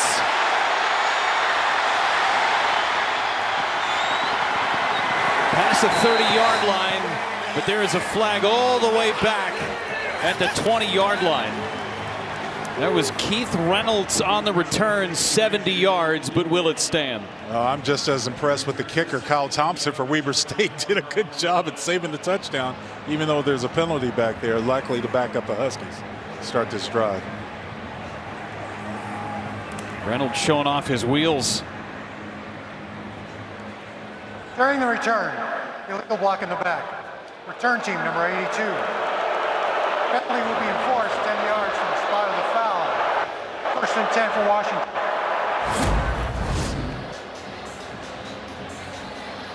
Right there. Is that? It's got to be one of those. 22. Right? Is it Davis? It should have been. Might have been Davis, not 82. I think you're right, Jake. Pick one. There was two of them. Yep. Yeah. Cost them 65 yards in field position. They set themselves up at the 10-yard line. That's been a theme today, and maybe that's just game one, new staff, new team. You know, the first drive they have a touchdown off the board from a holding. They've had a few penalties on both sides of the ball that have really just taken away the timing of it, taken away big explosive plays. Team that's still getting to know each other, something we talked about at the beginning of the broadcast. Jonah Coleman gets it on first down, 74 rush yards in the first half, gets to the outside, tight ropes near the 20-yard line, and close to a first down. Let's go downstairs to Brooke Fletcher.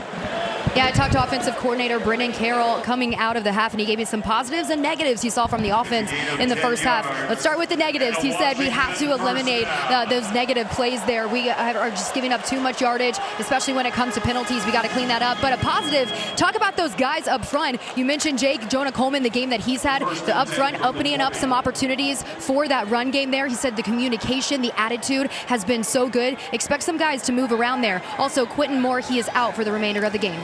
Thanks so much, Brooke. We get a first down carry. Jonah Coleman again out in the loose to the 35-yard line. First 10, now 15. Guys, did you see his vision on this last play? Once we see the replay, watch Jonah's vision as he's coming through the hole. He is going to jump stop here and cut back. That cannot be taught. That is instinct, that is aggression, and more importantly, that is explosiveness as he darted through that hole once it was there. He's such a great balance. I mean, at 230 pounds, he can run right through your chest, but he's got such great balance and feel getting to those holes as well. Averaging 9.9 yards per carry. Back to pass, Rodgers. Going up top, missed his man, was looking for Giles Jackson. Looking for Jeremiah Hunter. Watch this offensive line unit really come together in this second half, opening a hole. Part of the zone scheme is you block an area and you just have to displace your man only 6 inches. Doesn't have to be a great block, but you have to hold up and allow your running back. It's exactly what Coleman did on that last play. Great read of the offensive line in front of him. Great little bend back. This is that original formation of the 5 with a solo at left tackle. Rodgers again across the middle, catch made. That's Giles Jackson, and he's going to be a yard short of a first down, gain of 9. Well, Falasolo, you mentioned him, was lucky on that last play, didn't call for a holding. Grabbed the defensive end of the Wildcat around his shoulder right in front of the ump, but they didn't call it. So it's a good block. It's not called, it's a good block. As long as they didn't call it, right? That's exactly right. That's a good block. 3rd and 1, Coleman the back. Coleman gets it up the middle, of first down, and he's over the 100-yard mark. 102 yards for Coleman on the ground. Boy, Jake, you talk about running with something to prove. This young man is running with a chip on his shoulder. He's running angry, as you mentioned. And it has definitely bode well for this Washington offense that has sputtered at times with the passing game with Will Rogers, but they can rely on the fact this offensive line is getting good push at the line of scrimmage, and you got number 1 and number 22. They have to replace them right now in the backfield. It's Cameron Davis back there next to Rodgers. Bubble screen to the outside. Jackson again, balls out, it looked like. It jumped on it. Pickup of 5. Giles Jackson is perfect for what Jedd Fisch wants to do offensively. Just talking about getting the ball in playmakers' hands out in space. He's a speedy, dangerous guy. Davis again stays on his feet, stays low, and moves forward for a first down. See if this ball comes out. Jackson. Well, it looked like that ball was coming close to leaving that arm. Helmet came off. Lincoln, it's got to get you fired up the way these backs are running. Oh, yeah, getting there's there no doubt at the about point of contact. They're moving. As an offensive lineman, that's got to get you excited, You right? know, one of the hardest things that we have to do, and I know because you play tight end and you were blocking as well, but we have to sustain our blocks for a certain amount of time without, putting yourself in jeopardy and getting a penalty. And it's just rewarding when you see that it's working with such precision. Nice back shoulder throw to Giles Jackson. That was a beauty from Rodgers. Man, he couldn't have hand delivered that much better. Just look at this, and this is Will Rogers. One thing he does about as good as anybody is big strength, his accuracy and ball placement. We talk about striping the helmet of the defender there, starting on the right hash, throwing that all the way out to the left side of the field. That was a freaking dart. And for Jalen Rock, who was the defensive back in coverage there, you couldn't have played it any better. Nope. I mean, you could not play any better, but that's the effectiveness of the back shoulder throw. Rodgers over 200 yards. Jackson with 6 catches. Up the middle, Cameron Davis. Halfway to a first down. One key in this run game, too, you notice that was a real slow developing play. Cameron Davis waiting, but no penetration by the offensive line. No one's getting knocked back. They're working that zone scheme, like you said, Lincoln, working lateral, lateral, lateral. And then whether it's Davis or Coleman waiting for a hole to open, both backs are decisive. If we get a chance to see the replay, I'll point out something that T.T. Ali did a good job of. I think we might see that replay, Lincoln. I want to see it. Put up to Coleman, and he may have got one. All right, what do you say, Lincoln? Pay particular attention to number 75, your center, in the center of your screen. There's the algebra. Now you see him pulling around. Now look, now you clean out. That's what you do. You pull around the horn and you clean up. You open up the door for Davis to run through. That's what the patience of the running back pays off. When you have the big boys coming around, they become your lead blockers. That's effective offensive line play. Swabbing ribs. Absolutely. On the way through the hole. Absolutely. I know why you like him so much. He's got your number on. Well, that's part of it. T.T. Ali in the middle of that offensive line. Now we get to the outside. Jackson down to the 5-yard line. First and goal, Dogs. How about Jackson's reaction once he caught the football? He was expecting somebody from Weber State to be right there. Kind of turned around like, oh, wait, I'm wide open. Okay, let me make a move. Good job by that young man. 7 catches for Giles Jackson. Good effectiveness, awareness by Will Rogers, noticing that he was uncovered coming out of the backfield. Get him the football early. Drive that started at their own 10-yard line. Handoff. Coleman up the middle and touchdown. His second of the night. And who did he run over? I'm just saying. There's a point with all this. The entire offensive line is doing a great job right now, especially the run game. We want to take another look at it. Did he actually get across the line, Jake? What do you think? He's looking at it. Let's see. I mean, as aggressive as he's run all night, I wouldn't doubt it. Look at his legs churning, though, right? Yep, that's tough. Look at how many 4 white jerseys on exactly. him. But 5'9", 230, can squat a house. Guard Memillard running the way for Jonah Coleman. Extra point is good. 21-0, a 90-yard drive that chewed up over 6 minutes.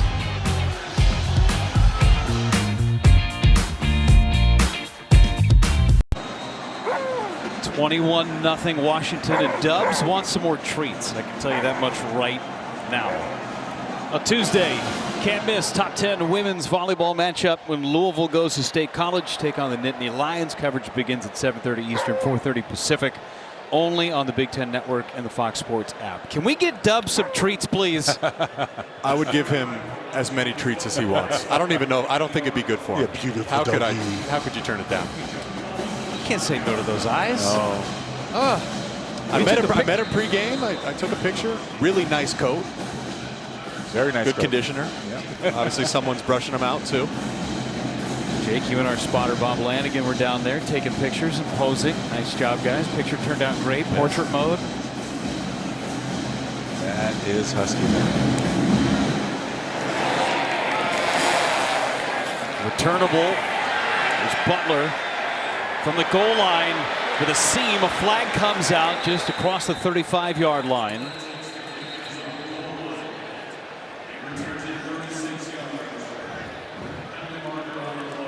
Check on the laundry.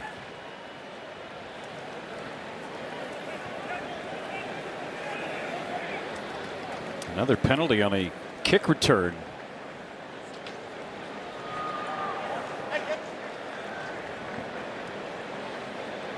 Holding. Number 46 of the return team. 10-yard penalty from the spot of the foul. Be 1st and 10, Weber State. Tonight's Quick Clips brought to you by Sport Clips. A couple of touchdowns from Jonah Coleman in his Huskies debut.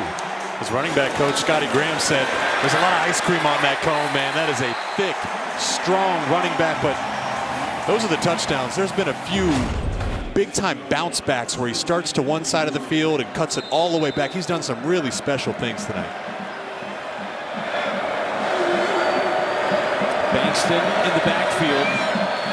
And Munoz had a really tough first half. He's in trouble. Tuputala got to his feet, bounced it in the dirt, going to be incomplete.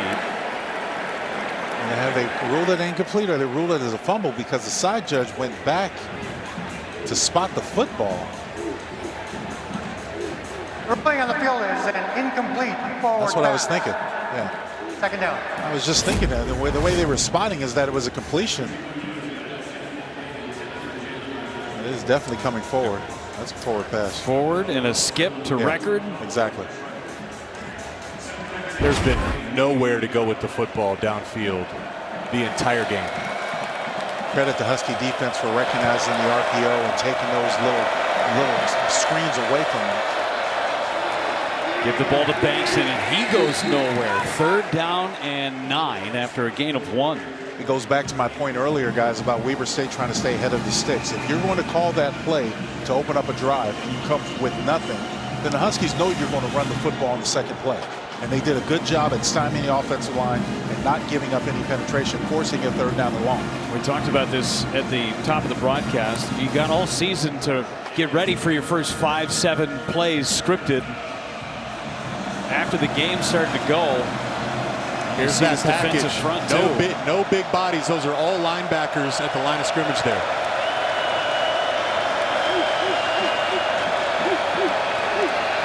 Pressure up the middle.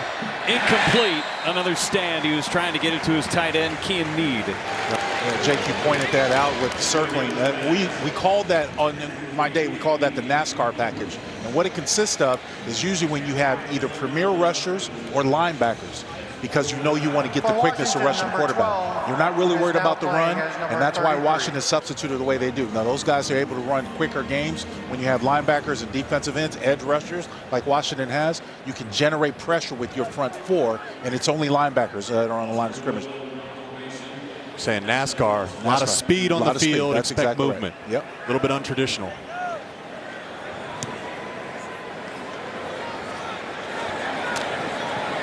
Boston going to return it. Slipped one, can't slip the next. Tribble on the tackle after a return of 5, 51-yard punt.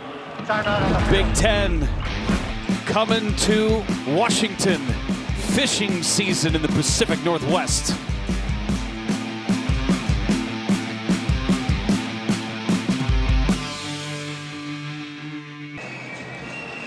One of the new pieces to college football, the communication with the quarterback, with the offensive play caller. Defensive player will also have that green dot on the back of their helmet so they can listen to the defensive coordinator and give the call.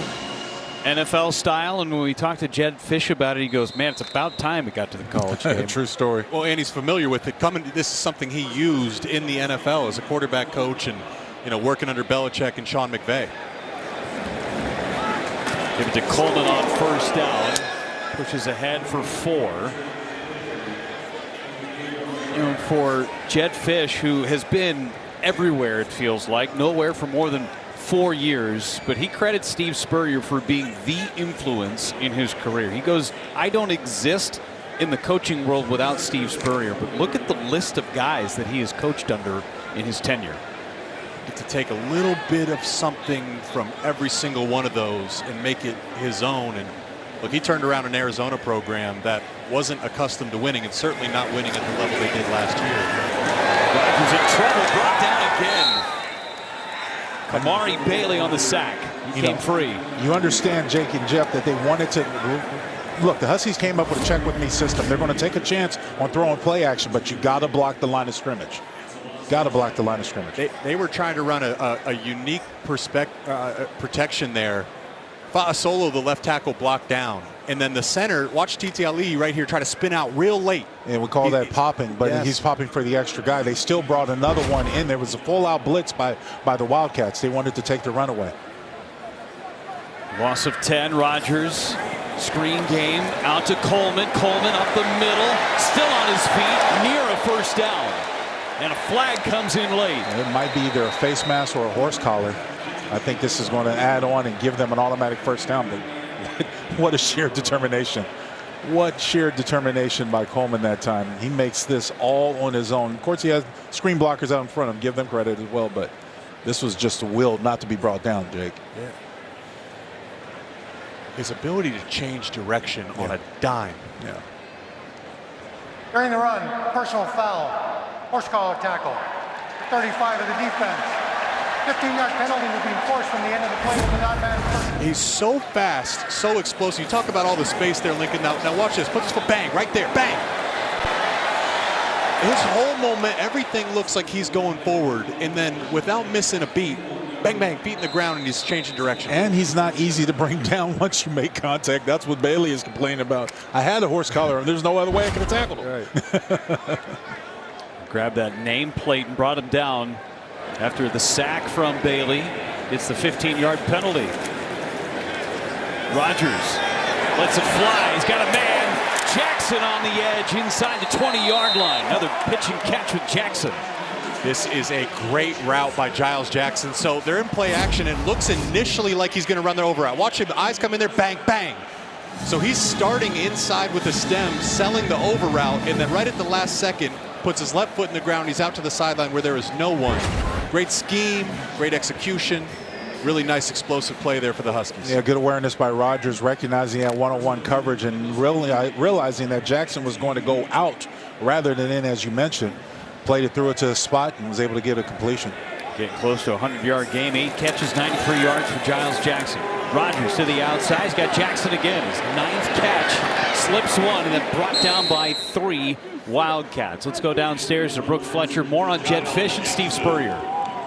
Yeah, Jeff, you were talking about Steve Spurrier and how he was just a mentor, and, Jedd Fisch said he wouldn't be where he is if it wasn't for Steve Spurrier. And actually, when he took the job here at Washington, he gave him some really great advice. He said, when you have an opportunity, don't give up on why you got the opportunity. He told him that also when he got the job at Arizona there. But, Jedd, he was talking to me, Coach Fisch, about just how he's evolved as a coach, and he just talked about the confidence he feels here. He's already proven what he's been able to do. Now we can just focus on the guys and just really build off of that. Jonah Coleman, determination down to the 1. You can't teach that.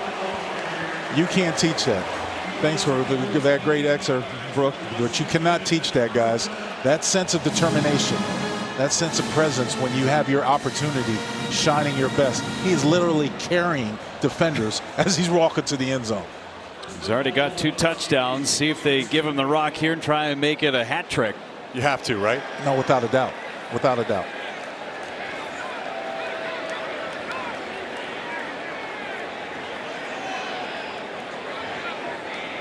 Tight formation up front. Give it to Coleman. Full head of steam into the end zone. Without a doubt. 3 for Jonah Coleman in his Husky debut. Jake, they brought in short motion to constrict the formation, if you will. The wide receiver comes in and he becomes another additional blocker. But there's a point in time when you look at number 1 in the backfield and say, you know what? You don't really need that many blockers because I know you're going to make the right choice and you're going to carry people in the end zone. That's exactly what we did on the last play. Talk about running behind your shoulder pads, right? Get that forward lean.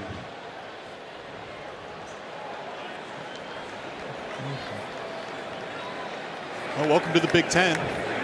Yeah, they're going to be fine. Big Ten loves to run the football, right? Just go. 28-0 Washington. Jonah Coleman, he is a thoroughbred horse. Good luck bringing him down. And welcome to the Big Ten, Jonah Coleman.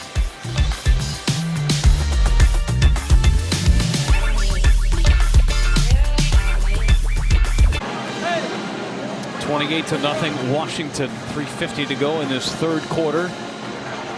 Getting that run game going, that's for sure. Will Rogers certainly doing his part. He's 7 for his last 7 for 84 yards. Beverage time. Big Ten after dark. It's got an umbrella in it. That means it must be tasty.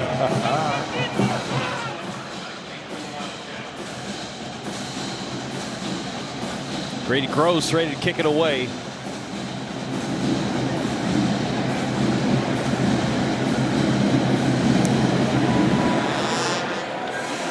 Butler on the return from the 3. Butler, a couple of good returns for him tonight. Finally brought down. Well, experience the expanded Big Ten Conference like never before with Big Ten Plus. Stream thousands of non-televised live events across the Big Ten. Plus enjoy next day game replays for every Big Ten game. Subscribe now at BigTenPlus.com. Well, Weber State had a very good opening drive, but once the second quarter began, it has been all Washington. 319 yards to 57. Munoz with a handoff to Clarence Butler, had that nice return. Usually, Jeff, there's a rule when you have a nickel defense, you're supposed to be able to run effectively against a nickel defense because in most offenses you kind of outnumber the would-be defenders. But what Washington does well, and Dixon did a good job on that last play playing the corner, they do have their big guys, their corners that can tackle in space. And that's something that's aided this defense. It's going to be paid big, huge dividends moving forward.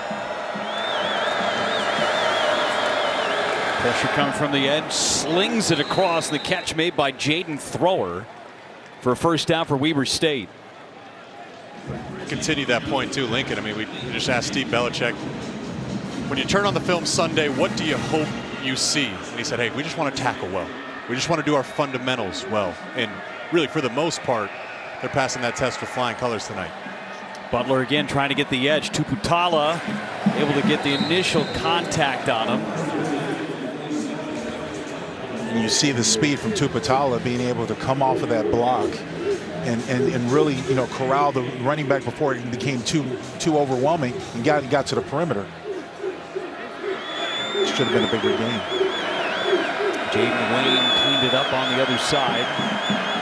2nd and 6. Munoz sidearm throw almost intercepted, and here comes a flag late. Ephesians Prysock haven't called his name very much, may have just drawn a flag. Well, if you're a corner, that's what you want. You don't want to call his name. You want to be that shutout guy, but they're going to get him Pass here. interference for 7 of the defense. Penalty is a first down at the spot of the foul. Prysock was a little bit handsy on that last play, especially when the ball was in the air, and that's why the penalty came in. Right? He's so long. Yeah. The length for at 6'4", some of the longest arms I've seen. Doesn't need to do it. It's a small thing, insignificant in this game. Screen ripped up.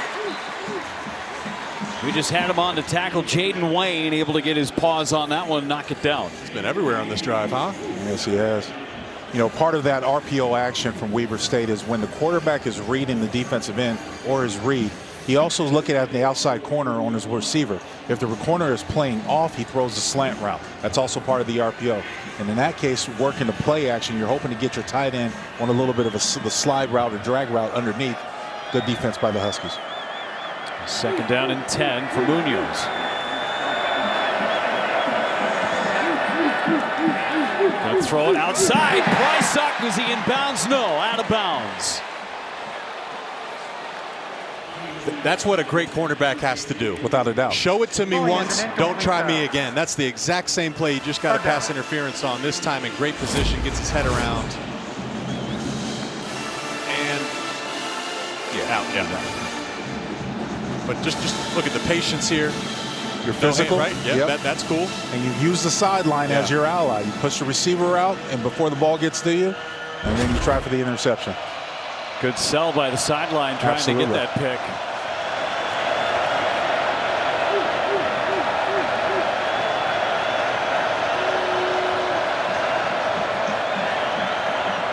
To the outside, knocked away. Dyson McCutcheon. Well, to be fair, to Weber State, it's hard to get anything going when you don't have any separation amongst your receivers. And this is tight coverage. You can't get any tighter than that and still be legal.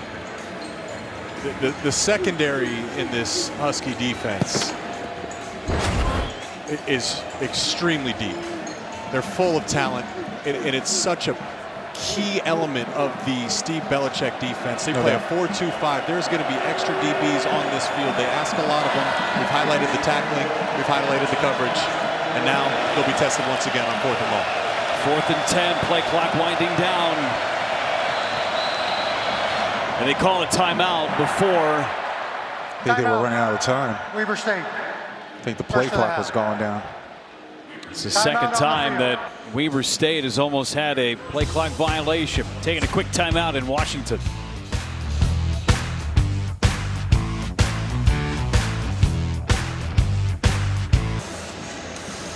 Washington pitching a shutout, 2:02 to go in this third quarter, maybe bringing back that death row defense from 10 years ago from this Washington team.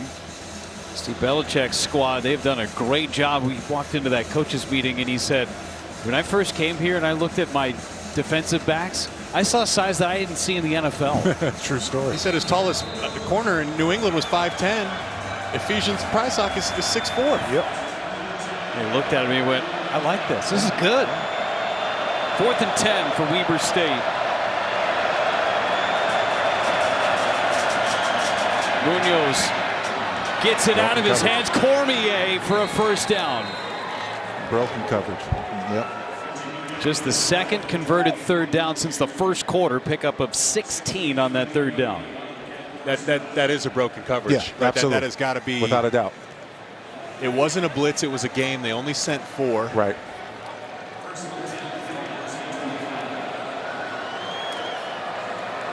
Sidearm throw to the outside to Thrower. Thrower inside the 15-yard line, and Weber State with some momentum. You see Cormier just slips out. Yeah. Cormier just slips out of the backfield. Doesn't block after he picks up the sees that there's no blitz. But they've got something now on this drive. Using that RPO in the last play. Munoz going end zone, incomplete. Trying to pick on Prysock. He wants none of it. That's not where I'd throw the ball. Well, I mean, here's the thing. You want to try the one-on-one coverage because you're a quarterback who's hoping to make a big play. I get it, what he's doing. He did the same thing down with the slant route on the other side to get themselves in this position. The fact is that Prysock was playing much tighter coverage on that, and that's when that play is taken away. Sharp is 6'1", which is good size. Right. But this is why Prysock is special. He's 6'4" with long arms. Right. Look how far Dixon is playing off the slot, though. That worries me against the slant. Press coverage to the outside. They hand it off. Cormier brought down from behind. Gain of 2. They go back to their bread and butter that they've had success with earlier, running off to that right side. We're trying to hope that Washington's done a better job since those first 2 drives is slowing that play down. Red zone trip for Weber State. And now you know you're in four down territory, guys. There's no doubt about it. They already went for it on 4th down on this drive. They're going to go for it again if they come up empty on this one. Unless you want to spoil the shutout, which some. Yeah. I mean, if anything, you're breeding confidence and showing how your offense can perform in the red zone. 11th play of this drive.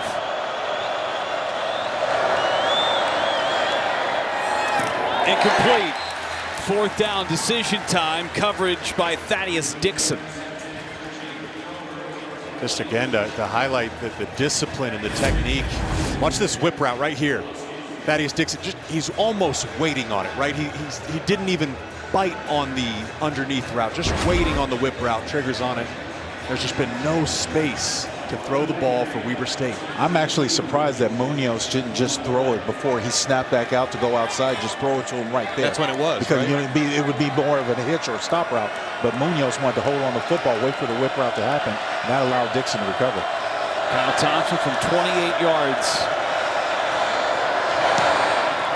Kick is up and good. The shutout is gone.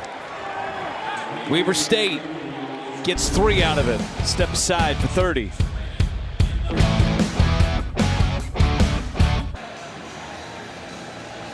(28-3), and Jonah Coleman putting on a historic day in Husky purple. Becomes the first Husky in their debut to go over 100 yards since 1960. Charlie Mitchell did it as a sophomore because freshmen weren't eligible, so he first got his crack and in his debut had 100+ yards. Well, Jonah Coleman doing it on the ground, doing it in the air. 3 touchdowns today from the transfer from Arizona. Is that good? I'd say that's a good day. Good. Yeah. He's been like a hot knife through butter, man. No doubt about that. No doubt about it. And I appreciate the fact that he's going to his offensive line. I'm sure his night is pretty much done. If not, you can definitely conclude it and you'll let someone else play, especially with the lead like this going in the fourth quarter. But I saw him during this break go over to his offensive lineman, thank them, and just let them know their pizza's on him. Yeah. He was supposed to do. NIL take care money. They got NIL, steak money. All right, well, that's true, too. That's right. He was part of that group that escorted Quentin Moore off the field, too. I mean, talk about all this group. It's a whole different conglomeration of people that are playing together. Feels like they've bonded pretty quickly. Keith Reynolds on the return. Reynolds brought down near the 25-yard line. Well, a lot of things are new, and speaking of new, we're going to have a new quarterback into this ball game for Washington. Will Rogers will get the rest of the night off. Damon Williams, freshman sensation. When we talked to Jedd Fisch about Damon Williams and this freshman, his face lit up like it was Christmas. And the word he used was electric. He said he's got elite pocket passer tendencies, but may be the fastest guy on the team. I think about the potential of this guy's career, and I also think it's beneficial. He gets to learn this year under a veteran in Will Rogers that has seen a ton of different snaps. He moves the outside. Ooh. Kept it himself. Got pushed out of bounds. Damon Williams carried out a great play fake. Gain of 9 in his first collegiate snap. Just to further your point, guys, I watched this young man in high school. He went to high school not too far away from my house in Arizona, Chandler, Arizona, and he was absolutely huge. So it was a big one for the Huskies to get him. 10,000 passing yards in his career. We'll talk more about Damon Williams when we start the fourth. Starting the fourth quarter in Seattle. Washington out in front next Saturday. Another huge slate of football featuring Penn State, Rutgers, Washington, Ohio State, and USC.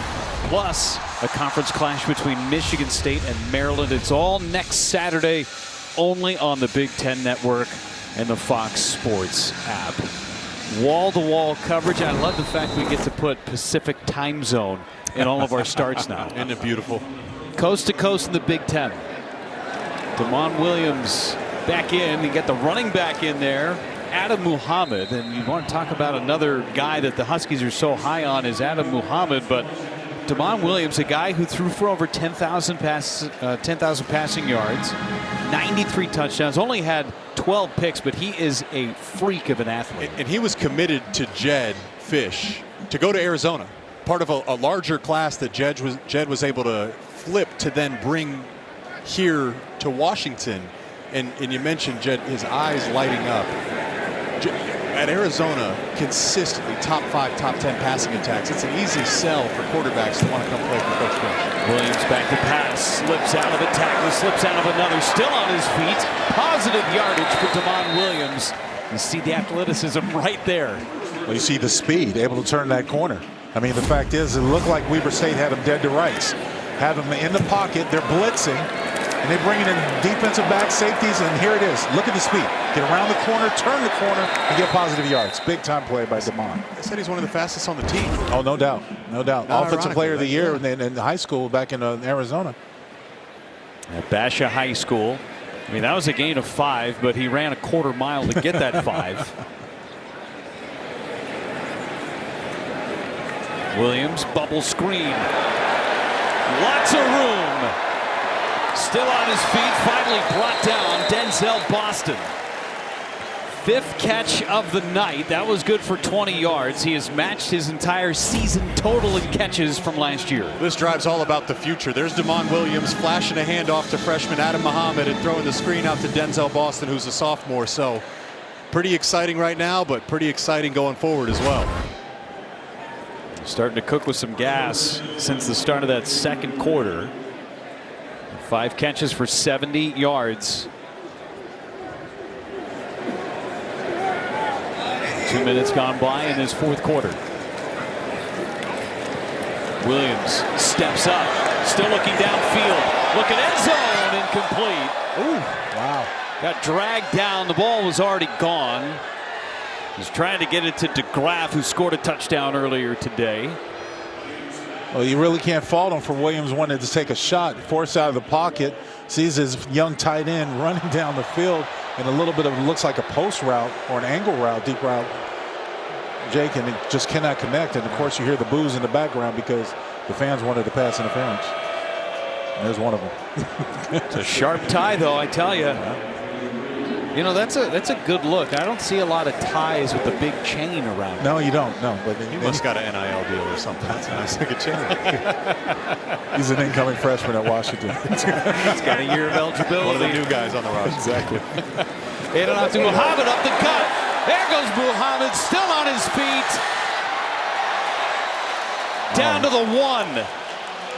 I was wondering if his momentum had landed on the Wildcat defender and it carried him in the end zone. It looked like, I think he might have. That's what I was questioning. And I mean, Washington's going to hurry up rather than looking at it, but they've been consistent. Why not hand it off to him again here? And the officials are going to come in. I'm glad they did because he had a false start. The previous ruling of the runner short. The goal line is being reviewed. Yeah, Hatchett had jumped out a little early, so I'm glad they did whistle it dead. 32-yard run. Does he land on the defender? Or does any part of him get down? What about that elbow? See, that's the defender. From that point, he's on the shin of the defender. Where's the football? Yeah. His other knee. We'll have to see the other side.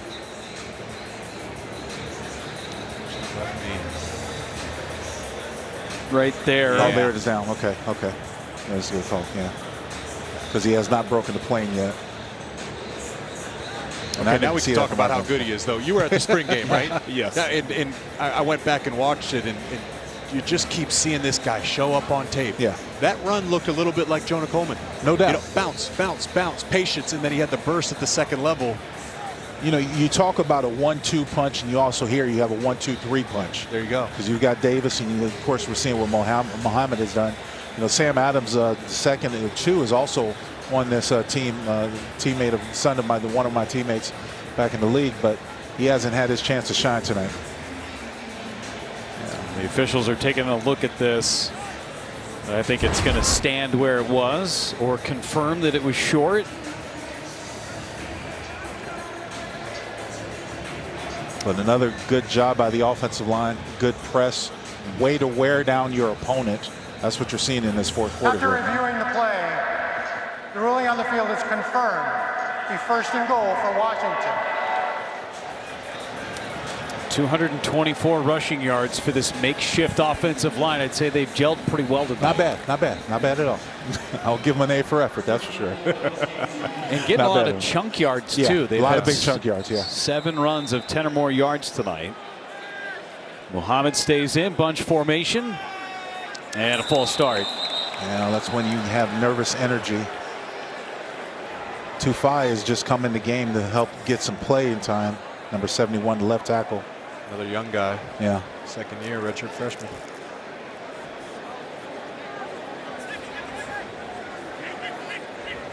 False start. 71 on the offense. 5-yard penalty, still first down. Kali Tufai.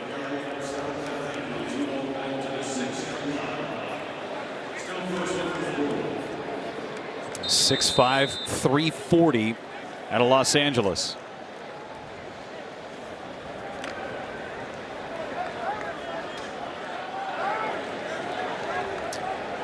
First and goal from the 6.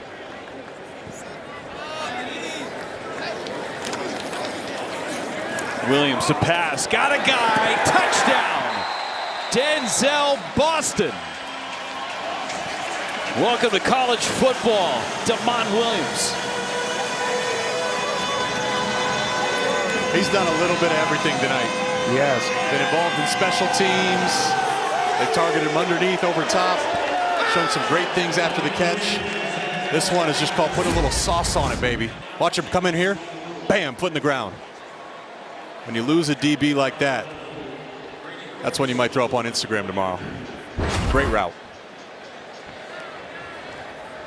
6-yard touchdown reception for Denzel Boston, the first of his collegiate career. So who's going to get that football? First for Williams, first for Boston.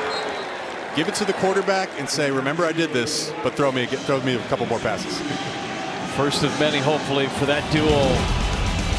Washington starting to pull away in Seattle.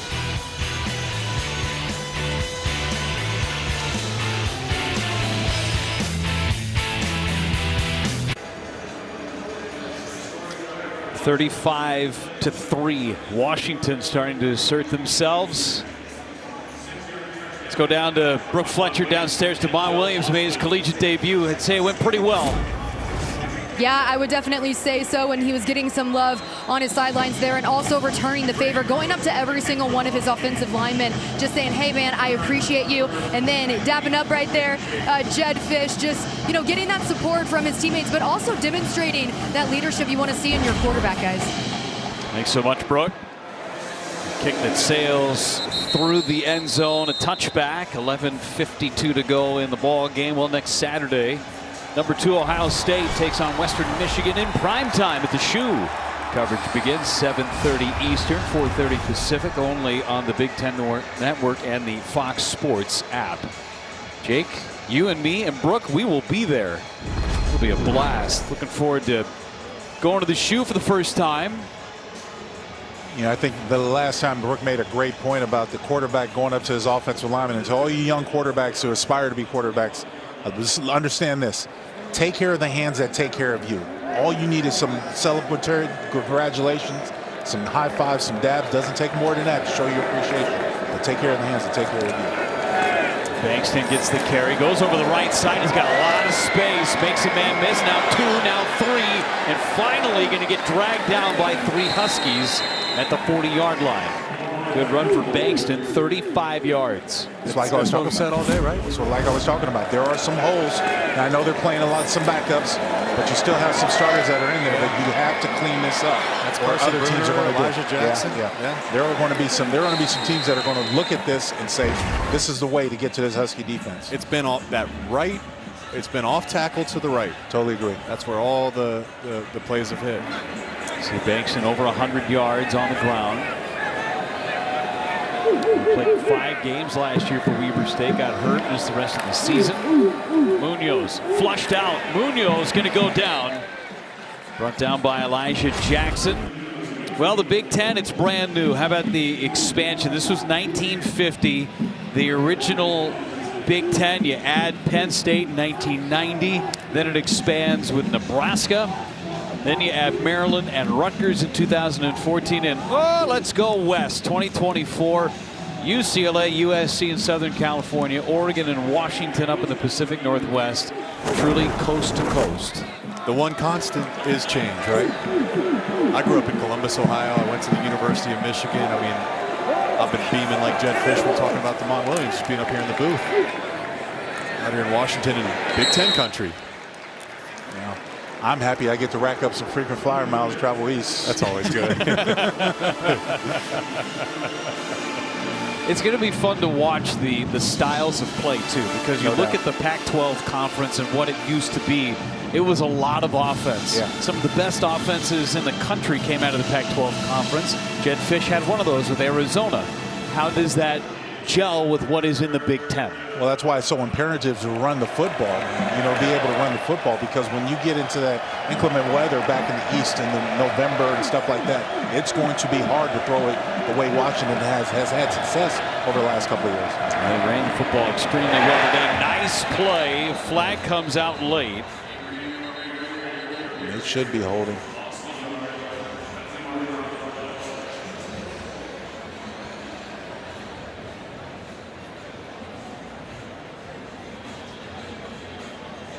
Holding. 59 of the offense. Penalties declined. 4th down. On 4th down, they declined a penalty on Terrence Caldwell. By the way, Washington has run the football today. That holds up in whatever weather you want to play. Yep. I mean, Jed, Coach Fish has done a phenomenal job embracing the newness and the challenge. We've talked about him bringing in Bill Belichick, Pete Carroll. You know, that was an amazing season for the program last year, and then all of a sudden it's brand new. But he's a smart coach that understands what it takes to win, and he's made it an emphasis saying to win in the Big Ten, got to win in the trenches. Going to get a timeout by Weber State. I think it's important to note, Weber State, Jake, that you played for Jed Fish. You know what it's like to play in this offense. You know what it's like for him to be calling your plays. One of the smartest coaches, I would say the smartest coach, one of the best offensive minds I've ever played for. And the one thing I'll never forget is, you know, my time at Michigan, we were 5-7 in 2014. Then Jim Harbaugh comes in, he becomes our play caller. We win 10 games the next 2 years. And the one big difference, a noticeable difference, we never snapped the ball at a pre-snap schematic disadvantage. Meaning, if we called a play into a bad look, we're checking out of it. So, you know, some play callers might say, oh, it's only one bad play. They got us on this one, all good. Jed had a plan for every single situation to squeeze every drop of advantage out of the scheme. And that's why he's been such a successful coach and one of the big rising coaches in college football right now as well. Well, I was really happy to see the Huskies get him because I saw the job living in Arizona. I saw the job that he was able to do with U of A over the last couple of years, and it was very impressive. And when the Huskies lost Kalen DeBoer to Alabama, bringing in Jed Fish was really impressive. Munoz on 4th down, flushed out. Going to try and run for it, brought down. Going to be close to a first. They may give it to him, and they will. Took a monster hit. A big hit. Gain of 7 and a first down for Weber State on 4th. Once again, I mean, nothing downfield. Fresh set of downs for the Wildcats. To the outside, in space, tight roping on the sideline. They'll call him short of the first down, gain of 8. And that's the bubble screen they've been trying to activate all day. Get to the outside, and you saw how Munoz pulled it down quickly. Record was able to get to the outside and sort of sideline, tight rope the sideline. Cormier ball was on the turf, but it went right into his stomach. I think it's interesting back on the Jed Fish conversation for a moment. He took over that Arizona program, and then his first year they go 1-11. By the time he left, they were number 11 in the country when the season ended last year. Totally different story. You come into Washington. They played for a national championship last year. It's not quote unquote a rebuild, but man, there are so many new faces. It almost is a rebuild. And there was similar. You look at Washington and Arizona; those are two of the top programs. I think 1 and 2 in ranked wins last year. Right, those principles carry over. Hand it off to Cormier, trying to get to the outside and tackled. Now the defense is tightening up after giving up that big play to Record at start on this drive. They tightened up on the last couple of plays to force it down to the 4th down. But to your point, you know, there's a lot of pride that is resonating in the stadium, and they really do feel like it's slightly disrespected the fact that they weren't in the top 25. And the team that's down another state away is in the top 5. So let's wait for the penalty here, and I'll finish my point.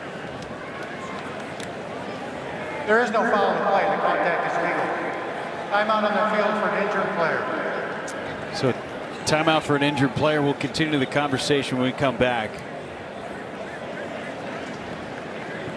Always going to be helped off the field. We're going to stick around here, but it's the first team ever that played for a national championship and then goes into the next season as unranked. It's never happened in this FBS, in the playoff situation. It's never happened before. Right. And I think, you know, we're all going to be exposed to a sort of newness when it comes to college sports because there are going to be, Washington's not the only one. There are a lot of programs that had to rebuild their roster through the transfer portal. And that might be a constant. You might not have the luck of having a guy for his entire career. Or you might have him for 4 years and then he transfers to go somewhere else. So that's just what you run into. It's disappointing. Munoz over the head of Bankston, incomplete. You had him. That was 4th down, so turnover on downs. Take a timeout in Seattle.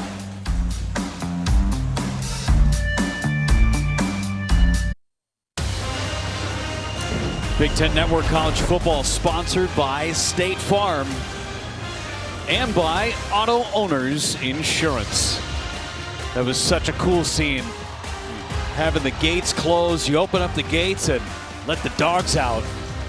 You know, back in my day, the visiting team used to be in front of us when we came out like this.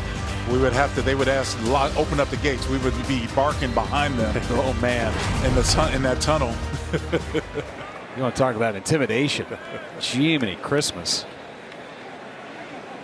Devon Williams back at quarterback. Play action pass. Williams going to keep it, get to the outside, and get out of bounds. Let's take a look at that Washington schedule and what's coming up. And you get into the Big Ten portion of it on September 21st. But how about the Apple Cup in Week 3? Don't remind me. Don't remind me. I know change is a part of it, but it's just unusual because normally that is a game that is positioned for the end of the season. The Apple Cup is our rivalry, state rivalry, and close it out. But they close out the season with a big rivalry of Oregon at the end of the season. They get Michigan at home, SC at home, travel to Iowa, and then wrap things up at Oregon. Slinging it outside. It's Giles Jackson with another catch. It's his 10th reception. Jake, what do you like in this schedule? Well, let's break the. It's a play in 3 acts. So here's your first 4 games, right? And then you enter a stretch with some really great defenses right here. This is where the team's going to be tested. Then that back 4 games in your schedule. USC, Penn State, Oregon. These are all college football playoff contenders. Williams to pass again.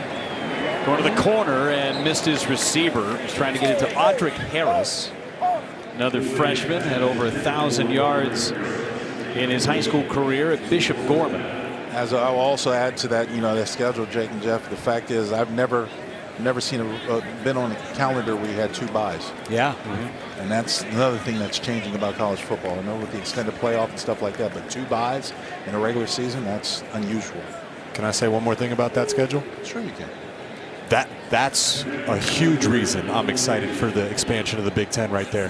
Those matchups, that schedule, we got a rematch of the national championship there right in the early part of October. Washington punts it away. And a thrower for a fair catch. 6:01 to play after the 40-yard punt. On the field.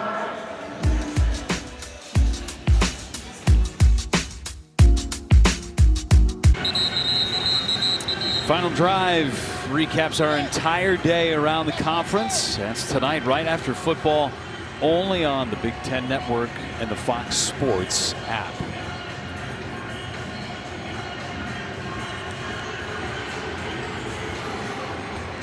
Weber State back on offense. Richie Munoz still in this ball game.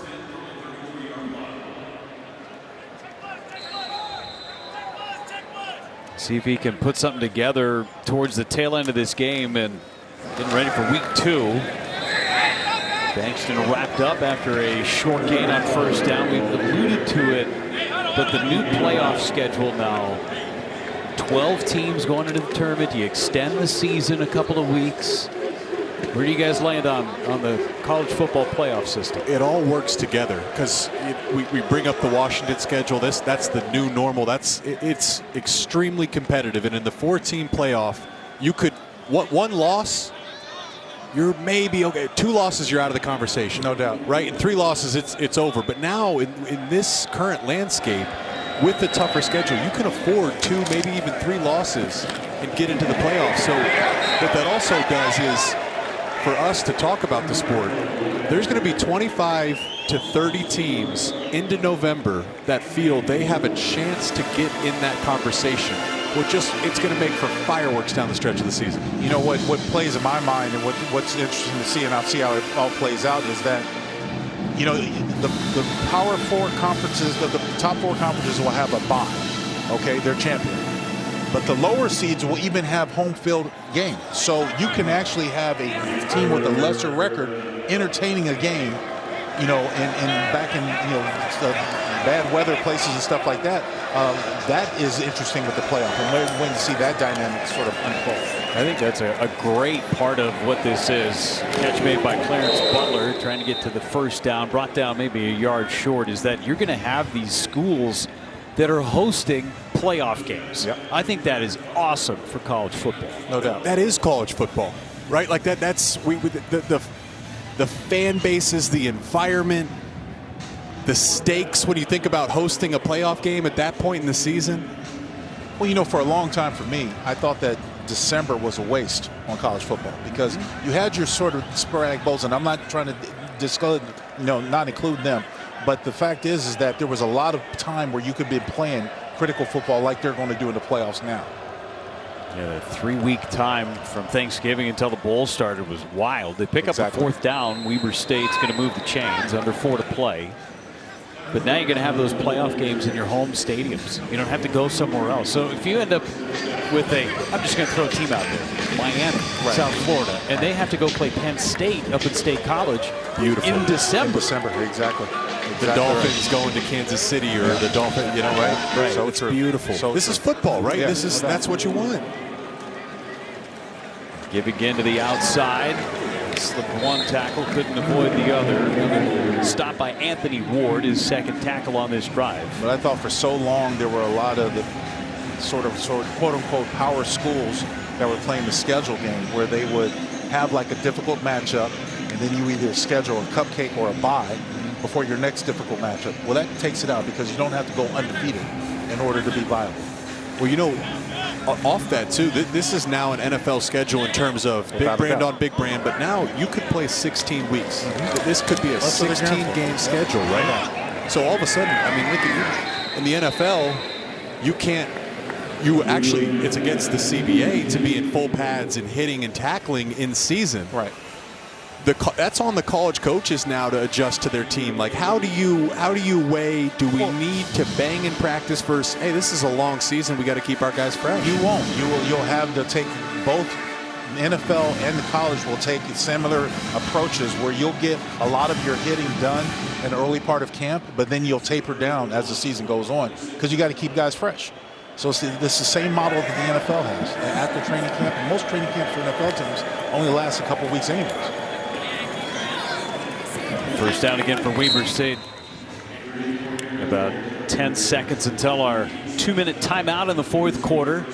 It's where I feel like Washington has an advantage too. Get some guys that have some NFL acumen. Brennan Carroll's been there. Steve Belichick's done nothing but coach in the NFL, and Jedd Fisch has it too. 2-minute timeout in Washington. The 2-minute final timeout. stanza.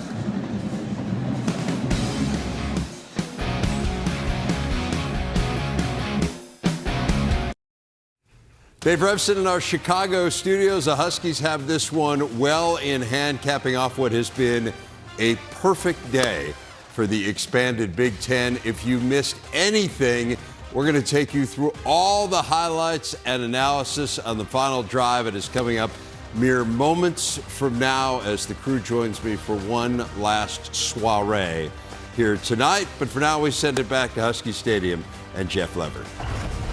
Thanks so much, Dave. I hope your coffee is still hot. Been a long day. It's going to be like that all season long. We just start on the East Coast and you finish out west. It's 1:15 back in the Chicago studio.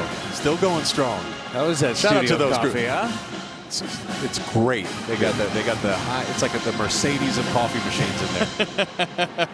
Oh, I'm being told it's I like a brand the new vanilla machine latte. too. Oh yeah, you can get the vanilla latte. So you tell me something, you Chicago guys, is it possible to get a deep dish pizza that late at night? Oh yeah. Oh yeah. You just got to call ahead. 45 minutes it takes to cook it. Yeah, well, I'm with that. We're going to be in the studio all night. That's cool. Oh yeah, man, you can do that. We can make that happen for you. We got connections. There we go. That's what I like to know. These are all important things to know as Cormier runs out of bounds after a short game. So 1:55 to go for Weber State. I mean, I got to imagine they want to get in the end zone, try and get yourself a touchdown, see what you can do late. Got time. All learnable moments for Weber State. They've been trying. No doubt. remember, this was a scoreless game for first 18 minutes of this contest. And then finally the dam broke and Jonah Coleman started to assert himself. 3 touchdowns for Jonah Coleman. That's where the schedule, I just think it does lend itself to help Washington a little bit. Right, you settle into this game, but you also settle into the season. We talk about the Apple Cup Week 3. You got a little bit of a runway to get to know each other ahead of that game, and then it's time. Then is the real test here for the Huskies. 3rd and 9 for Weber State. Handed off and right into the arms. Butler on the stop. No gain. 4th and 9. I've seen the adjustment that I was looking for out of the Huskies. They went to their what we call the double eagle front, where you, in essence, you have 5 linemen covered up by 5 defenders. And that time, he had great penetration, able to get in the backfield and tackle for loss. But this is something that's going to resonate all year with them. They've got to show that they can stop the run. 4th and 9. Munoz. Sidearm pass and incomplete.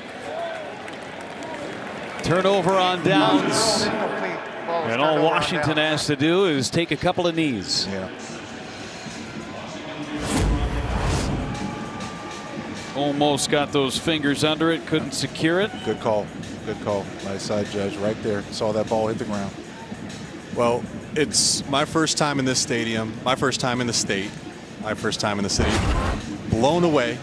Unbelievable. What's it like for you, though? Coming back here, now part of the Big Ten, and it's almost see Jedd Fisch and this team compete? Well, they showed me on the field earlier. It is somewhat of a homecoming when I look at this stadium, when I look at everything that it's been through. When I first got here, the new facility wasn't built. They only had one crow's nest, a TV camera, prop camera, on the side, one crow's nest. And we used to talk about it in practice, how it has grown. You see this beautiful stadium and how Washington has expanded to keep up with the current climate in college sports. And it's a homecoming. It's definitely a homecoming. I had a lot of fond memories in this great city. And if I could have been a part of NIL, I would have probably been one of those 4th-year sophomores that never wanted to leave school.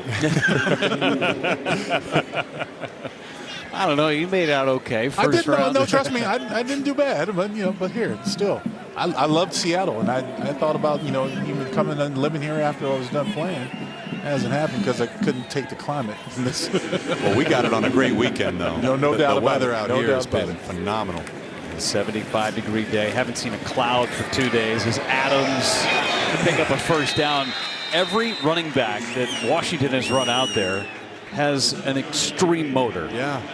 Scotty Grant, their running back coach he's going to love watching this film tomorrow. No doubt about it. That's called a standard, though, right? Without a doubt. Without a doubt. If you're going to be running back by committee, you want the entire committee to be good. That's what they have right now. My coach would say you don't want to tiptoe through the tulips, right? None of that out there. You guys are running to punish somebody. Best formation of football right here.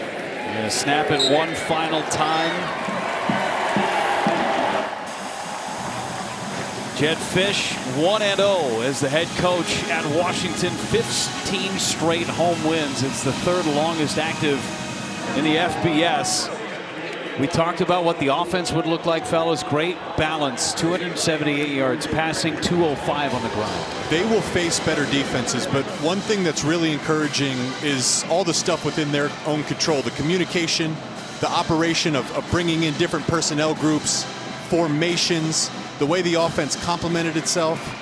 Just overall, a really clean game here to open up Jedd Fisch's career as the Washington head coach. Jonah Coleman with 3 touchdowns. Let's go downstairs. Brooke Fletcher with the head coach, Jedd Fisch. Coach, you told me you wanted to see how your team was going to handle adversity here today. So start for your offense, but what do you make of just the way that they responded? Yeah, I think we had a good, we had 0 points in the first quarter and then 35 in quarters 2, 3, and 4. I like the fact that in the second half we had 4 possessions, 3 touchdowns. We just messed it up at the end. Jonah Coleman, though, 3 touchdowns. How does he elevate specifically in this run game? Yeah, Jonah's a great back. But I think we have a lot of really good backs. You saw Adam Muhammad break one. Cam Davis had a really good game. Sam ran at the end. So my goal is to get all the backs the ball. Yeah, you mentioned some of the other guys that stepped up. It seemed like at every position they were guys that stepped up in a big way. What did you learn about your depth here today? Well, they've never played here before, most of them. So it's all brand new for everybody. And 11 new starters from 11 different schools. So, I mean, it's a wild deal, and I'm excited to see where we can go from here. Yeah, you mentioned the starters there. 2 starters returning on defense. What did they show you? I think they played well. I think Zoe had a really good game. From what I could tell, I don't know. Looks like EJ did some good things. So we'll see. We'll look at the tape. 1 Big Ten game down. More to go, Coach. Thank you so much. All right. Thank you. All right. Thanks so much to Jedd Fisch for joining us. 1-0 in this new Big Ten for the Washington Huskies. Lincoln, Jake, this was a blast, guys. Fun times, fun times. On to week number 2 for Lincoln Kennedy. Jake Butt, Brooke Fletcher down to the field, Bob Landigan, our spotter, Ethan Cooperson, our statistician, and everybody in the truck. I'm Jeff Levering saying good night. The final drive, sponsored by Auto Owners Insurance, is coming up next. Good night from Seattle.